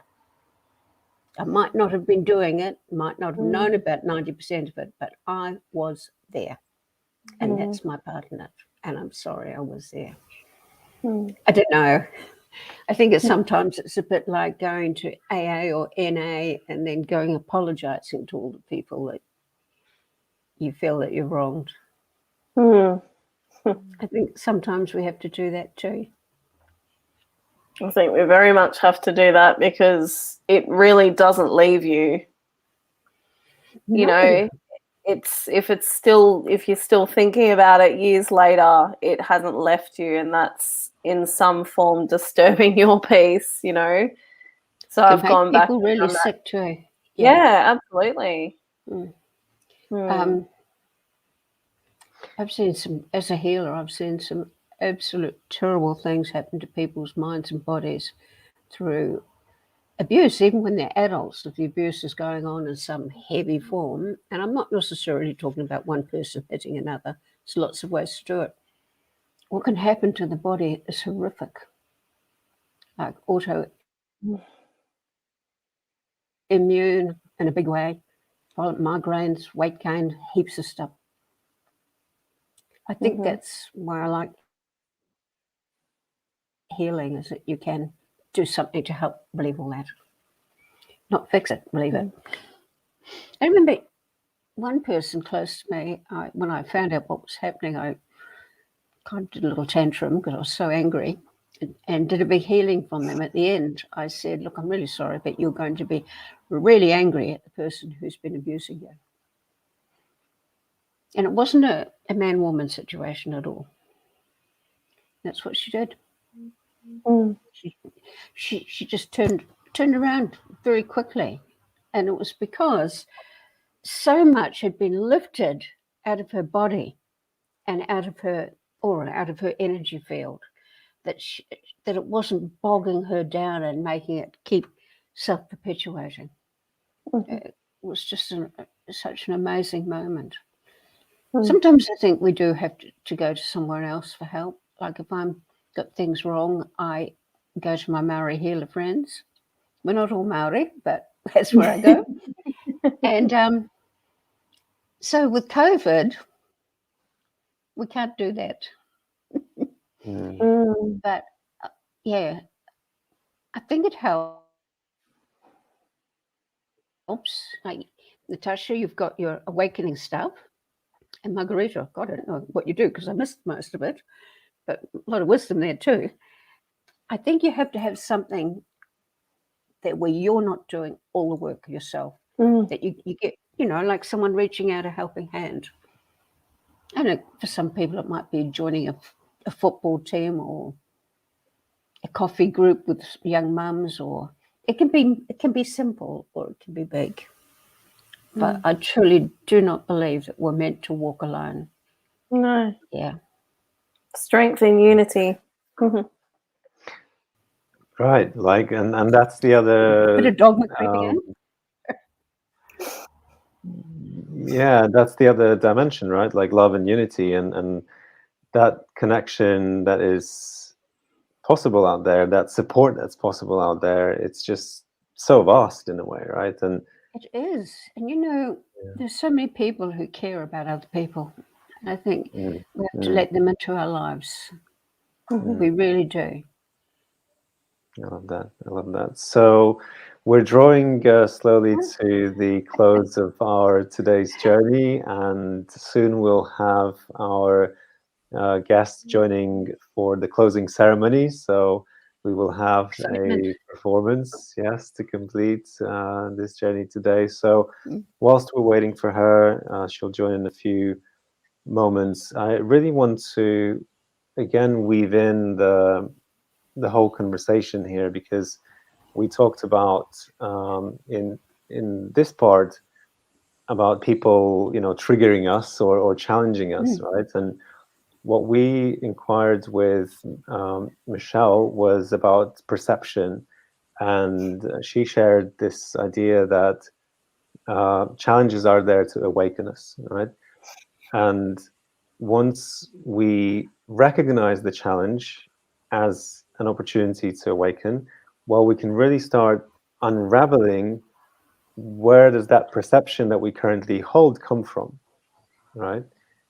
And once we start unraveling that, that's when we start connecting to those deeper roots of that and releasing it and tapping into our humanity, recognizing each other's humanity and really dropping into that sense of love and connection, right? So that's really kind of like we've walked through all of that. That's amazing. Today, right, in this space. And of course, Ratnamurti, as you said, right, like we don't do it alone. We actually do it together. And there are so many wonderful ways to support ourselves and to uplift ourselves. Right? Well, there's another thing. If you know you can't do it alone, it keeps you humble. Yes. Yeah. Yes, I love that. Yeah. I think that's really important. That's just me, of course. But. And I really love how you phrased it, because it's not like you don't have to do it yourself. It's you can't do it yourself, right? I don't think we can. That's a really nice, wow. Okay. And people do. They just walk into your life and they will help. And for me, those are past life karmic connections and promises. They come in and they will just help you. And maybe then they go. But and we need to be open to that allowing as well. So we need to be sort of allowing those people to come into our lives and receptive and knowing that we are never alone anyway. We are never alone. But if we're all locked down and trying to struggle through everything ourselves and not giving ourselves permission to attract the people that we need into our lives, if we just relax and go, universe, I really need help with this right now, or I could do with this help right now, or it'd be really nice to have help with this right now. And then allow those people to come into your life and accept their help. So Absolutely. because we co-create that as well. We can co-create our perpetrators, but we also co-create the healers in our life. And, for instance, and I think there's many forms of healing. It doesn't have to be, I'm a healer. Yeah, many forms. Absolutely, and many forms of assistance. A couple of quick stories about the angels that show up in your life, a reason, a season, or a lifetime.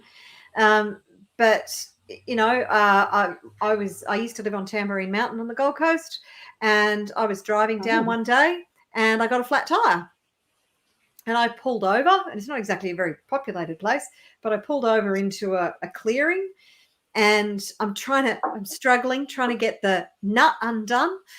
And I couldn't. And this guy just drives into the clearing and says, "I'll change your tire for you." Jacks it up. And then I was like, "Oh my goodness, I'm so grateful. Thank you so much." And then what comes out of his mouth, I was laughing. He went, "You reminded me of my mum. I couldn't help you leave you flowering on the side of the road."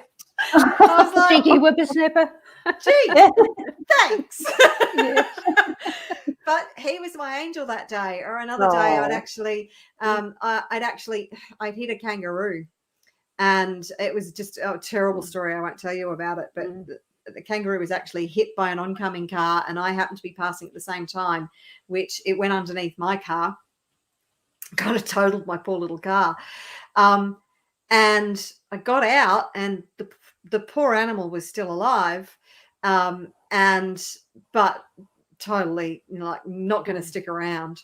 So I'm ringing animal wildlife, trying to find somebody. A man showed up, and I can't get anybody to come and help this animal.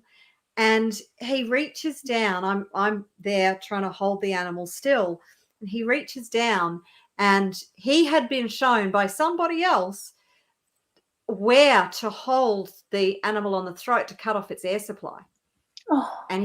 And he put his hand on the animal's heart and closed off its breathing until it passed. And I just sat there in tears going, "Oh my God, you are my angel. You are this animal's angel."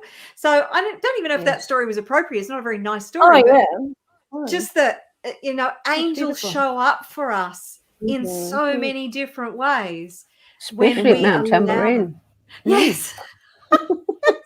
It's a mystical mountain, Alex. It is a mystical mountain. Yes, it is. I have no idea who that guy was. I never saw him again. But I was so grateful for his presence that day, because I don't know what I would have done without him. So, life is magical. Nearly 28 years ago, I woke up one morning doubled in pain. And I could barely stand up. My flatmate said, "I'll take you to meet so-and-so, he's a healer." So he drives me 45 minutes to meet this healer, and I walk in, and the healer looks up and says, "Oh, I've been waiting for you. I've got messages for you." Now, never met this man, had no interest, didn't want to know about healing. I thought they were the dingiest people on the planet. And he became my first teacher, most healing teacher. So that was people coming into your life in unusual ways. Yeah, and going back to, how we're all here to help each other. We don't know what other people's path or ways of healing looks like. So, just trusting that everyone has their own little piece to bring to the whole collective is really important to remember, because we really don't know what that looks like. And so just, I like the speaking into receiving and all of that as well. And going, just quickly touching on, at the moment during COVID, right? We're hearing lots of perspectives and lots of people frustrated about even people not waking up or whatever. It's we have to be patient and trust that it's all as it should be. And I believe that there's lots of people that aren't awake. I kind of don't really like to say that a lot, but they have their place, because the more that happens, you know, the more people are going to wake up by having, you know, you need to have both until we, you know, complete the mission, if you want to say that. But yeah, just accepting other perspectives and unity is really really loving people and accepting their perspectives no matter what. So it's something that I feel passionate about talking into at the moment with all of this stuff going on, is like we just have to love and just, you know, accept people for where they're at in their thinking and perceiving, and, you know. And their role. Everybody's got a role to play in this. As somebody said, I heard somebody say that if somebody comes to Earth and wants to be a hero, then they have to have somebody to save to experience being a hero. So, you know, we all have our roles to play, and all in divine timing. I mean, I'm in awe of what is unfolding right now. And it was like, so many people have tried to do things and start things, and all of a sudden it just happened. It was like there was no organization, there was no big, you know, mastermind that brought it together. It was just like most people who are getting into Canberra right now, or in Ottawa, don't even know how it all started. It just happened, like divine timing. That's right. And then it comes back to, how do we don't know everything, so how do we actually know what the awakening looks like, right? It's true, isn't it?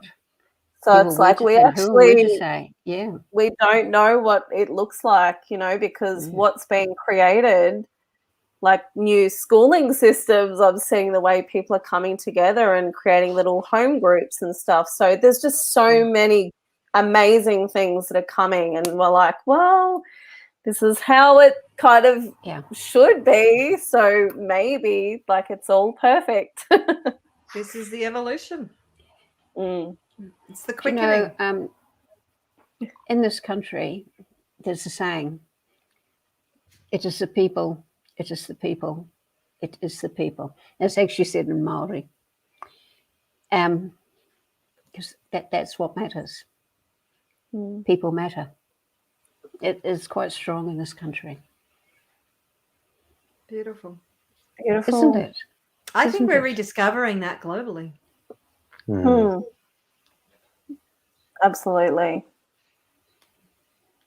Very much so, and this is the container. This is what we're in service to here with our team and with all the wonderful guests and hosts. And this is a collective experience, and this is a very much interconnected and global journey as well. And as we've said already, like we can't do it on our own, right? Like, not that we don't have to, but we can't.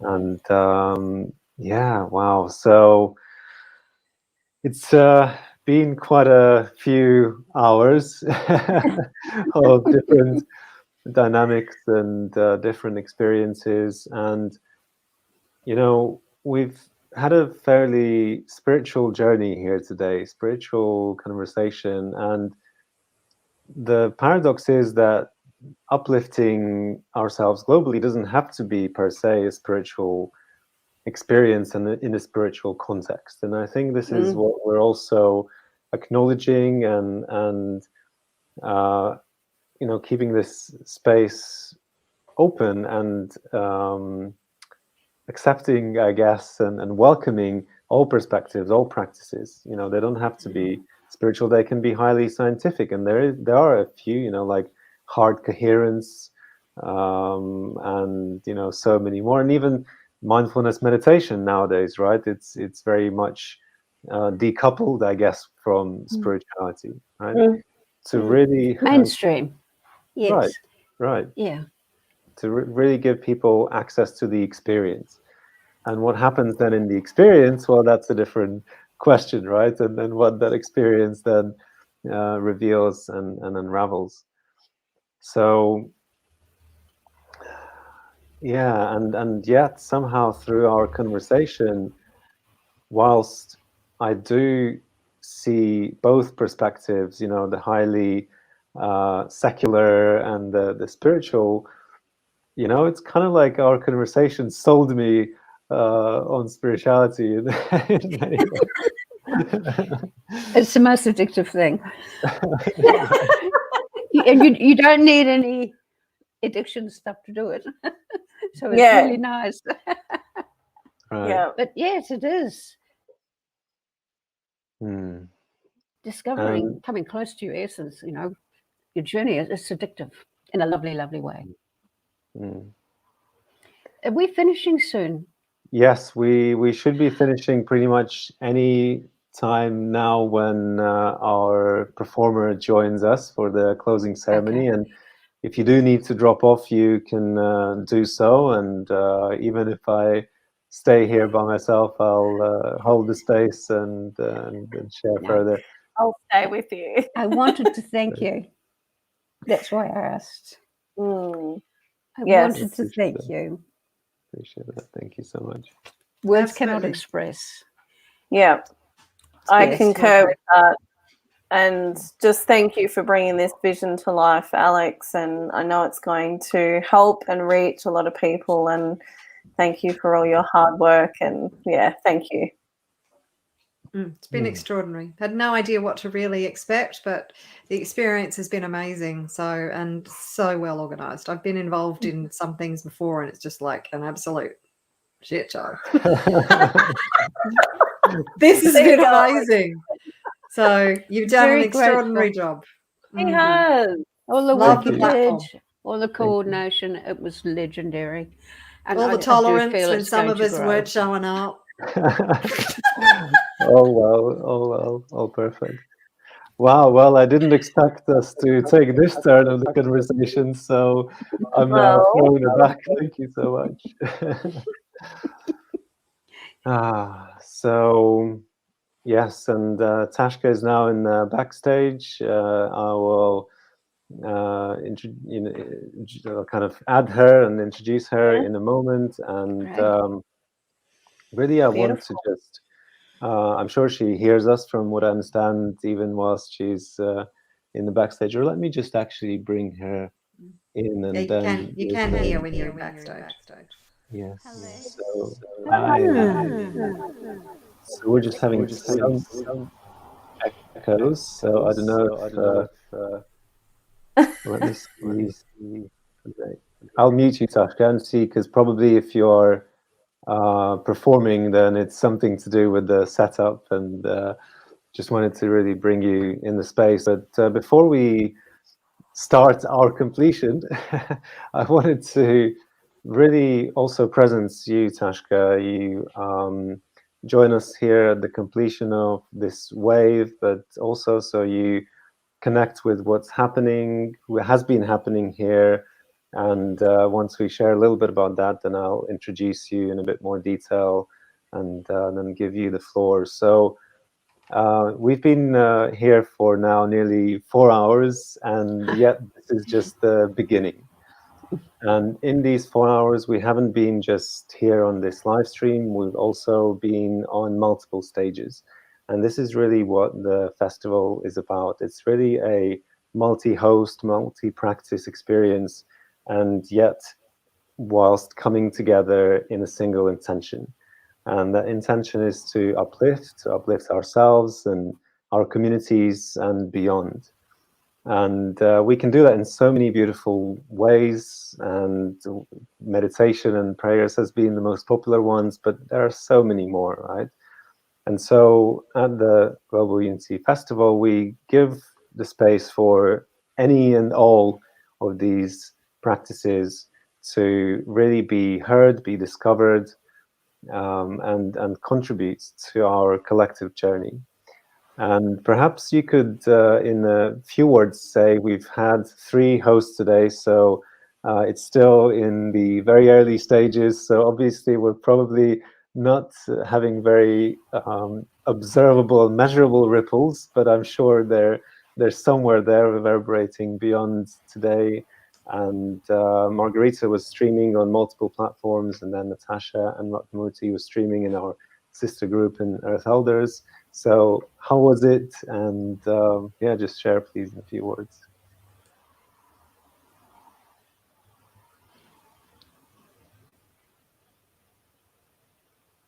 Oh, sorry, who are you asking?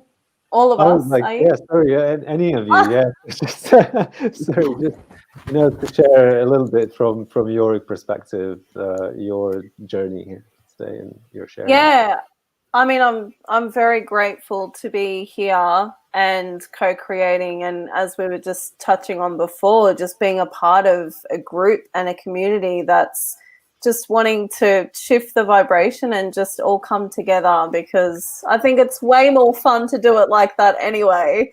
But you know, just thank you for inviting me, and I'm just grateful just to be able to be here and share.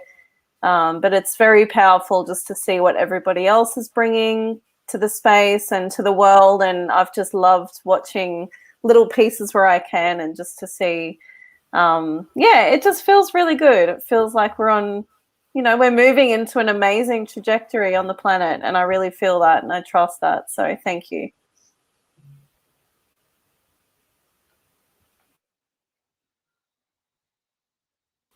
Well, thank you, everybody. I'm very grateful to have come. I don't like being out in front, so normally I would have said, no, go away. But like I said, something in my heart just called to me.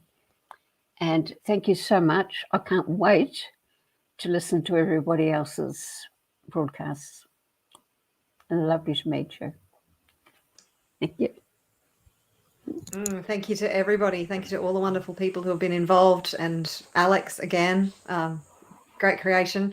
And I just want to say, because I've been honored to be involved, and very grateful to have been asked. It's been fabulous. I love co-creating with other beautiful light beings and light souls to contribute to the elevation of the consciousness of the planet. It's been something that I've felt called to do for a very long time, and felt like I'm not doing enough. I'm not having enough impact. I'm not reaching enough people. Then to be asked to, you know, participate in this platform, even though it might be early days yet, don't underestimate how quickly it can grow, Alex, simply by your intention. And don't underestimate, even though we may not have had a whole lot of people, like tens of thousands or hundreds of thousands of people listening today, don't underestimate the energy that we have put out to the world and the people who we have touched, simply by the vibration that we have created through whatever it is that we're doing. Even if nobody listened, the vibration that is going out is extraordinary. Yep. Don't underestimate that. So what you're doing is having a massive impact. Know that. Thank you. And luckily people did listen. Yes, luckily we had some nice participation today as well. And hey, I mean, you know, the theme is strong foundations, and, you know, foundations aren't something that you see from afar, like, oh yeah, there's the thing, right? And this this classical sort of analogy with the bamboo, right? Like it grows underground for, what was it, like some crazy amount of time, 3 years and or so, and then it just shoots out, right? So we never know what the dynamics will be. And yeah, thank you so much. And it really is about, you know, holding the intention and really being of service to the vision, as I shared earlier. This is a vision that, you know, wants to have a life of its own, right? And we can just, you know, hold the space and be of service to it. So thank you so much. Thank you. Thank you. Okay. You're welcome to stay for the closing ceremony for our performance. You're welcome to drop off. Feel free completely to go in the flow. And I really would like to, you know, honor and keep the space after we close, and not say too many other things after that. So therefore, before we go into that, let me just say once again, thank you to all those who participated in the central stage, who hosted the synchronized events on the different other stages. And thank you to guests who, or rather participants who viewed us and perhaps will rewatch us afterwards in the recordings.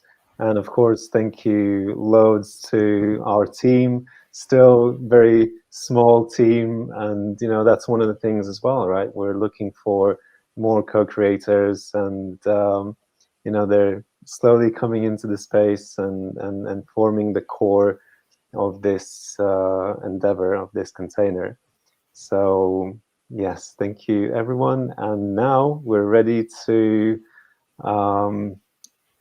arrive at our completion, which is really a new beginning. And I welcome Teahna Edralin, song sorceress and audio alchemist. Teahna weaves spirit into sound using her body as the vessel. With a gift for initiating people to their creative calling, her experience spans 20 years of many cultures and contexts, using science, somatics, meridians, breathwork, sound therapy, quantum visualization, and tantra. Wow, quite some, you know, soul and person has joined us here for the ceremony. Thank you so much for joining us today, Teahna. Thank you. Thanks for having me. I just wanted to can you hear that? Yes, yes.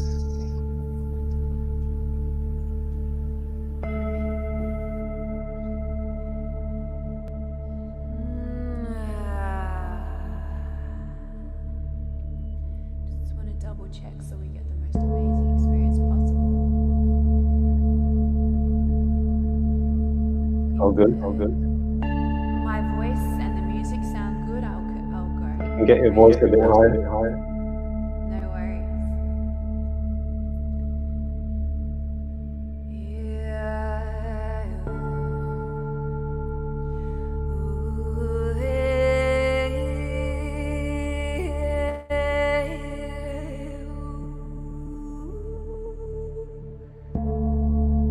How's that feel? Beautiful.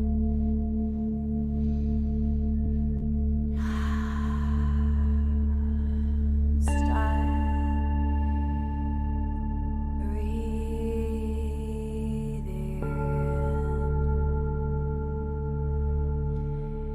Feel the foundations of your spine and your breath aligning.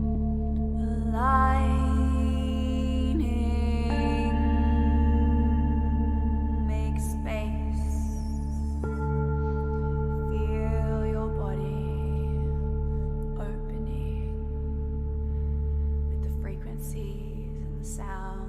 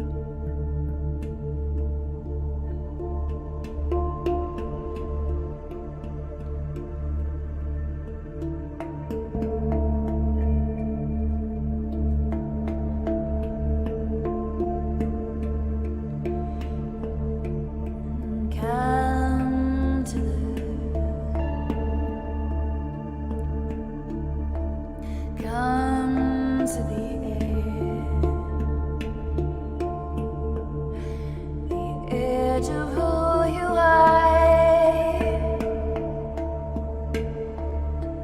Come to the edge. This is a new start.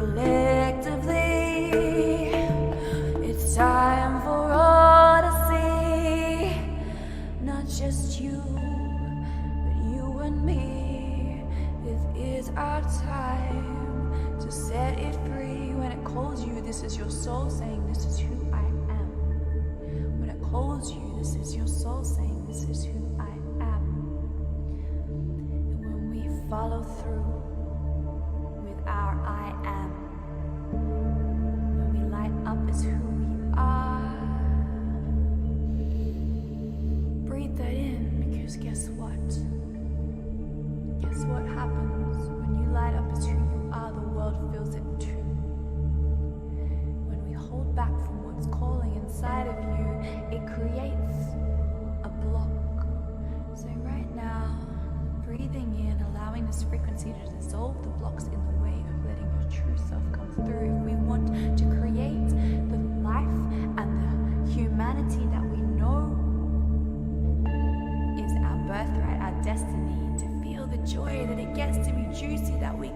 co-create and collaborate through pleasure, through openly communicating, through finding the way that works for all, then we need to have these strong foundations.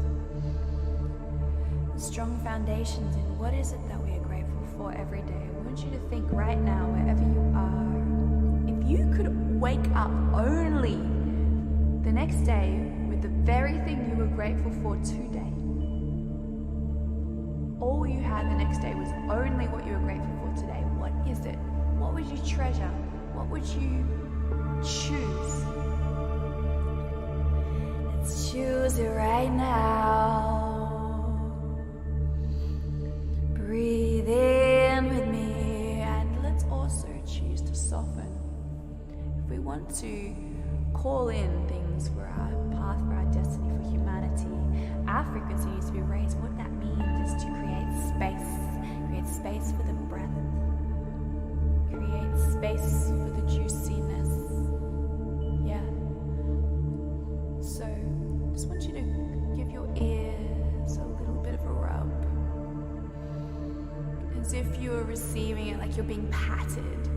You're a cat or a dog, or even you're receiving love from your greatest lover right now. I want you to give with that absolute devotion and receive it in the same way. When we rub our ears in this way, we're helping activate and soothe and nourish our vagus nerve. So as you hear these beautiful frequencies, thank and have gratitude for your beautiful ears. Give them some love right now and breathe in as you do it. Letting out a big collective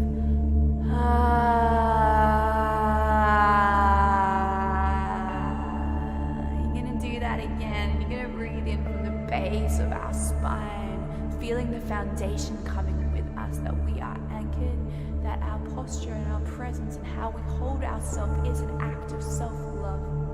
That when we switch off from the way we hold our spine, the way we hold our body, this is the simple, subtlest ways of abandoning ourselves. If we want to be in true presence and resonance with ourselves every day, it starts with our posture, it starts with our breath, it starts with our presence. If we want to take these foundations into the future with us, raising our frequency for humanity, to create a better collectively, we need to start here, to breathing in. And this time when you breathe out, I want you to make a big sound and stick your tongue all the way out.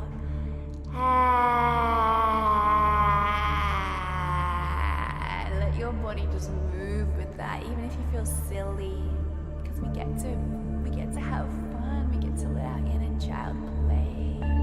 If we can receive the magic of the vibrations, but we can receive it with an opening and a fullness in our body, it goes deeper. When we want to create quantum leaps and miraculous healing in our body for ourselves and for others, it starts on the cellular level. When we want ourselves to light up and activate, to create a luminosity in ourselves so that the transmissions can move between them faster. We talk about heart coherence. There's many science done on this. It's as simple as allowing the pleasure to come through our body. So again, breathe in from the base of your spine with me. And with your tongue out, letting out, just pretend you're 5 years old and you're just all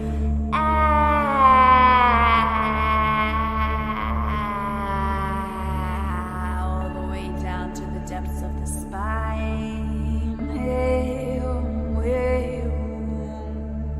Now allow these frequencies to come through and stay present with your body, stay juicy as I take these frequencies into their next space.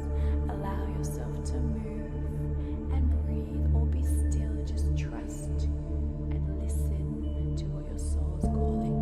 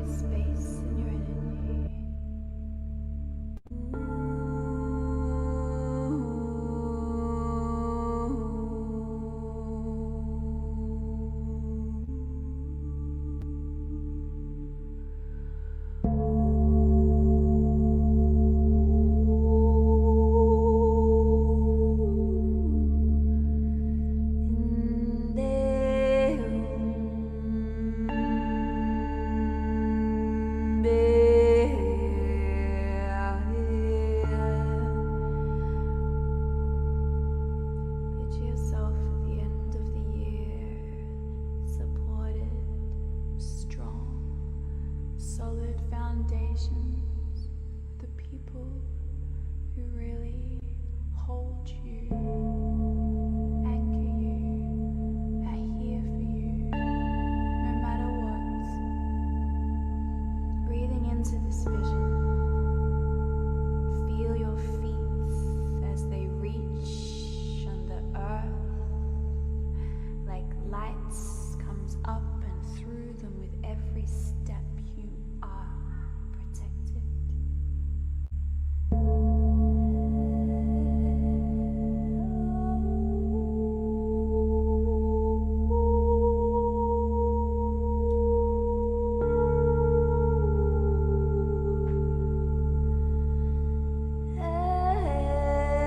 Every step you are protected, strong foundations and connected. Keep breathing in. All you have to do all year is to feel good in your spine. Feel good in your alignment. We get to do this together. We get to create a world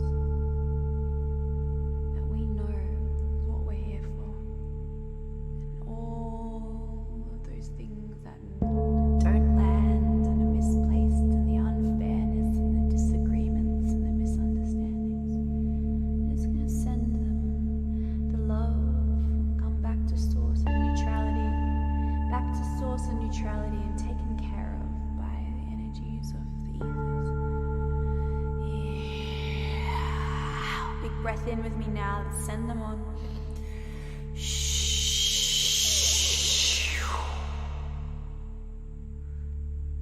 And then breathing in with me now, sounding out a collective sound across the planet in unison together right now. Ready, we go. Breathing in. And even if you do this on the replay, it works on quantum levels in time and space. So breathing in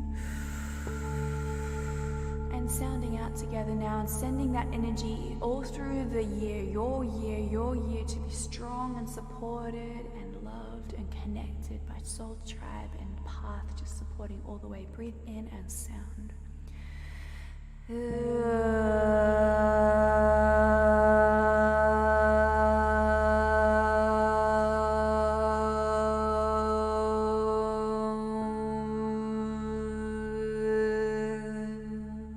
Three times, breathing again.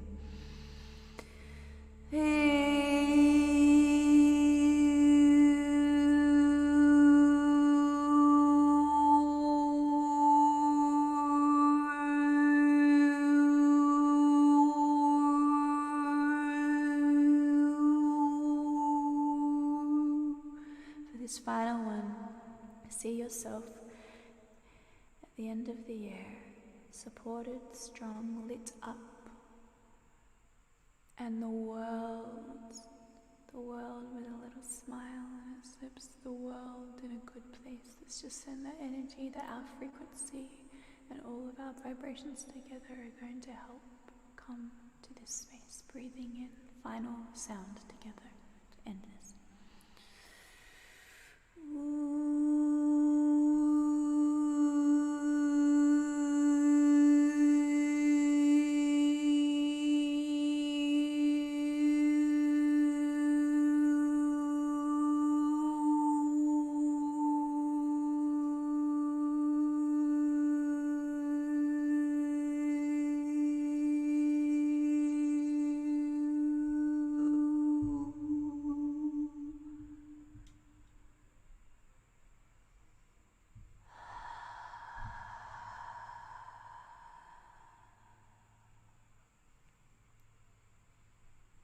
Placing your hand on your body wherever feels right, and a little smile in the corner of your lips, knowing that you matter and you're so important. Thank you.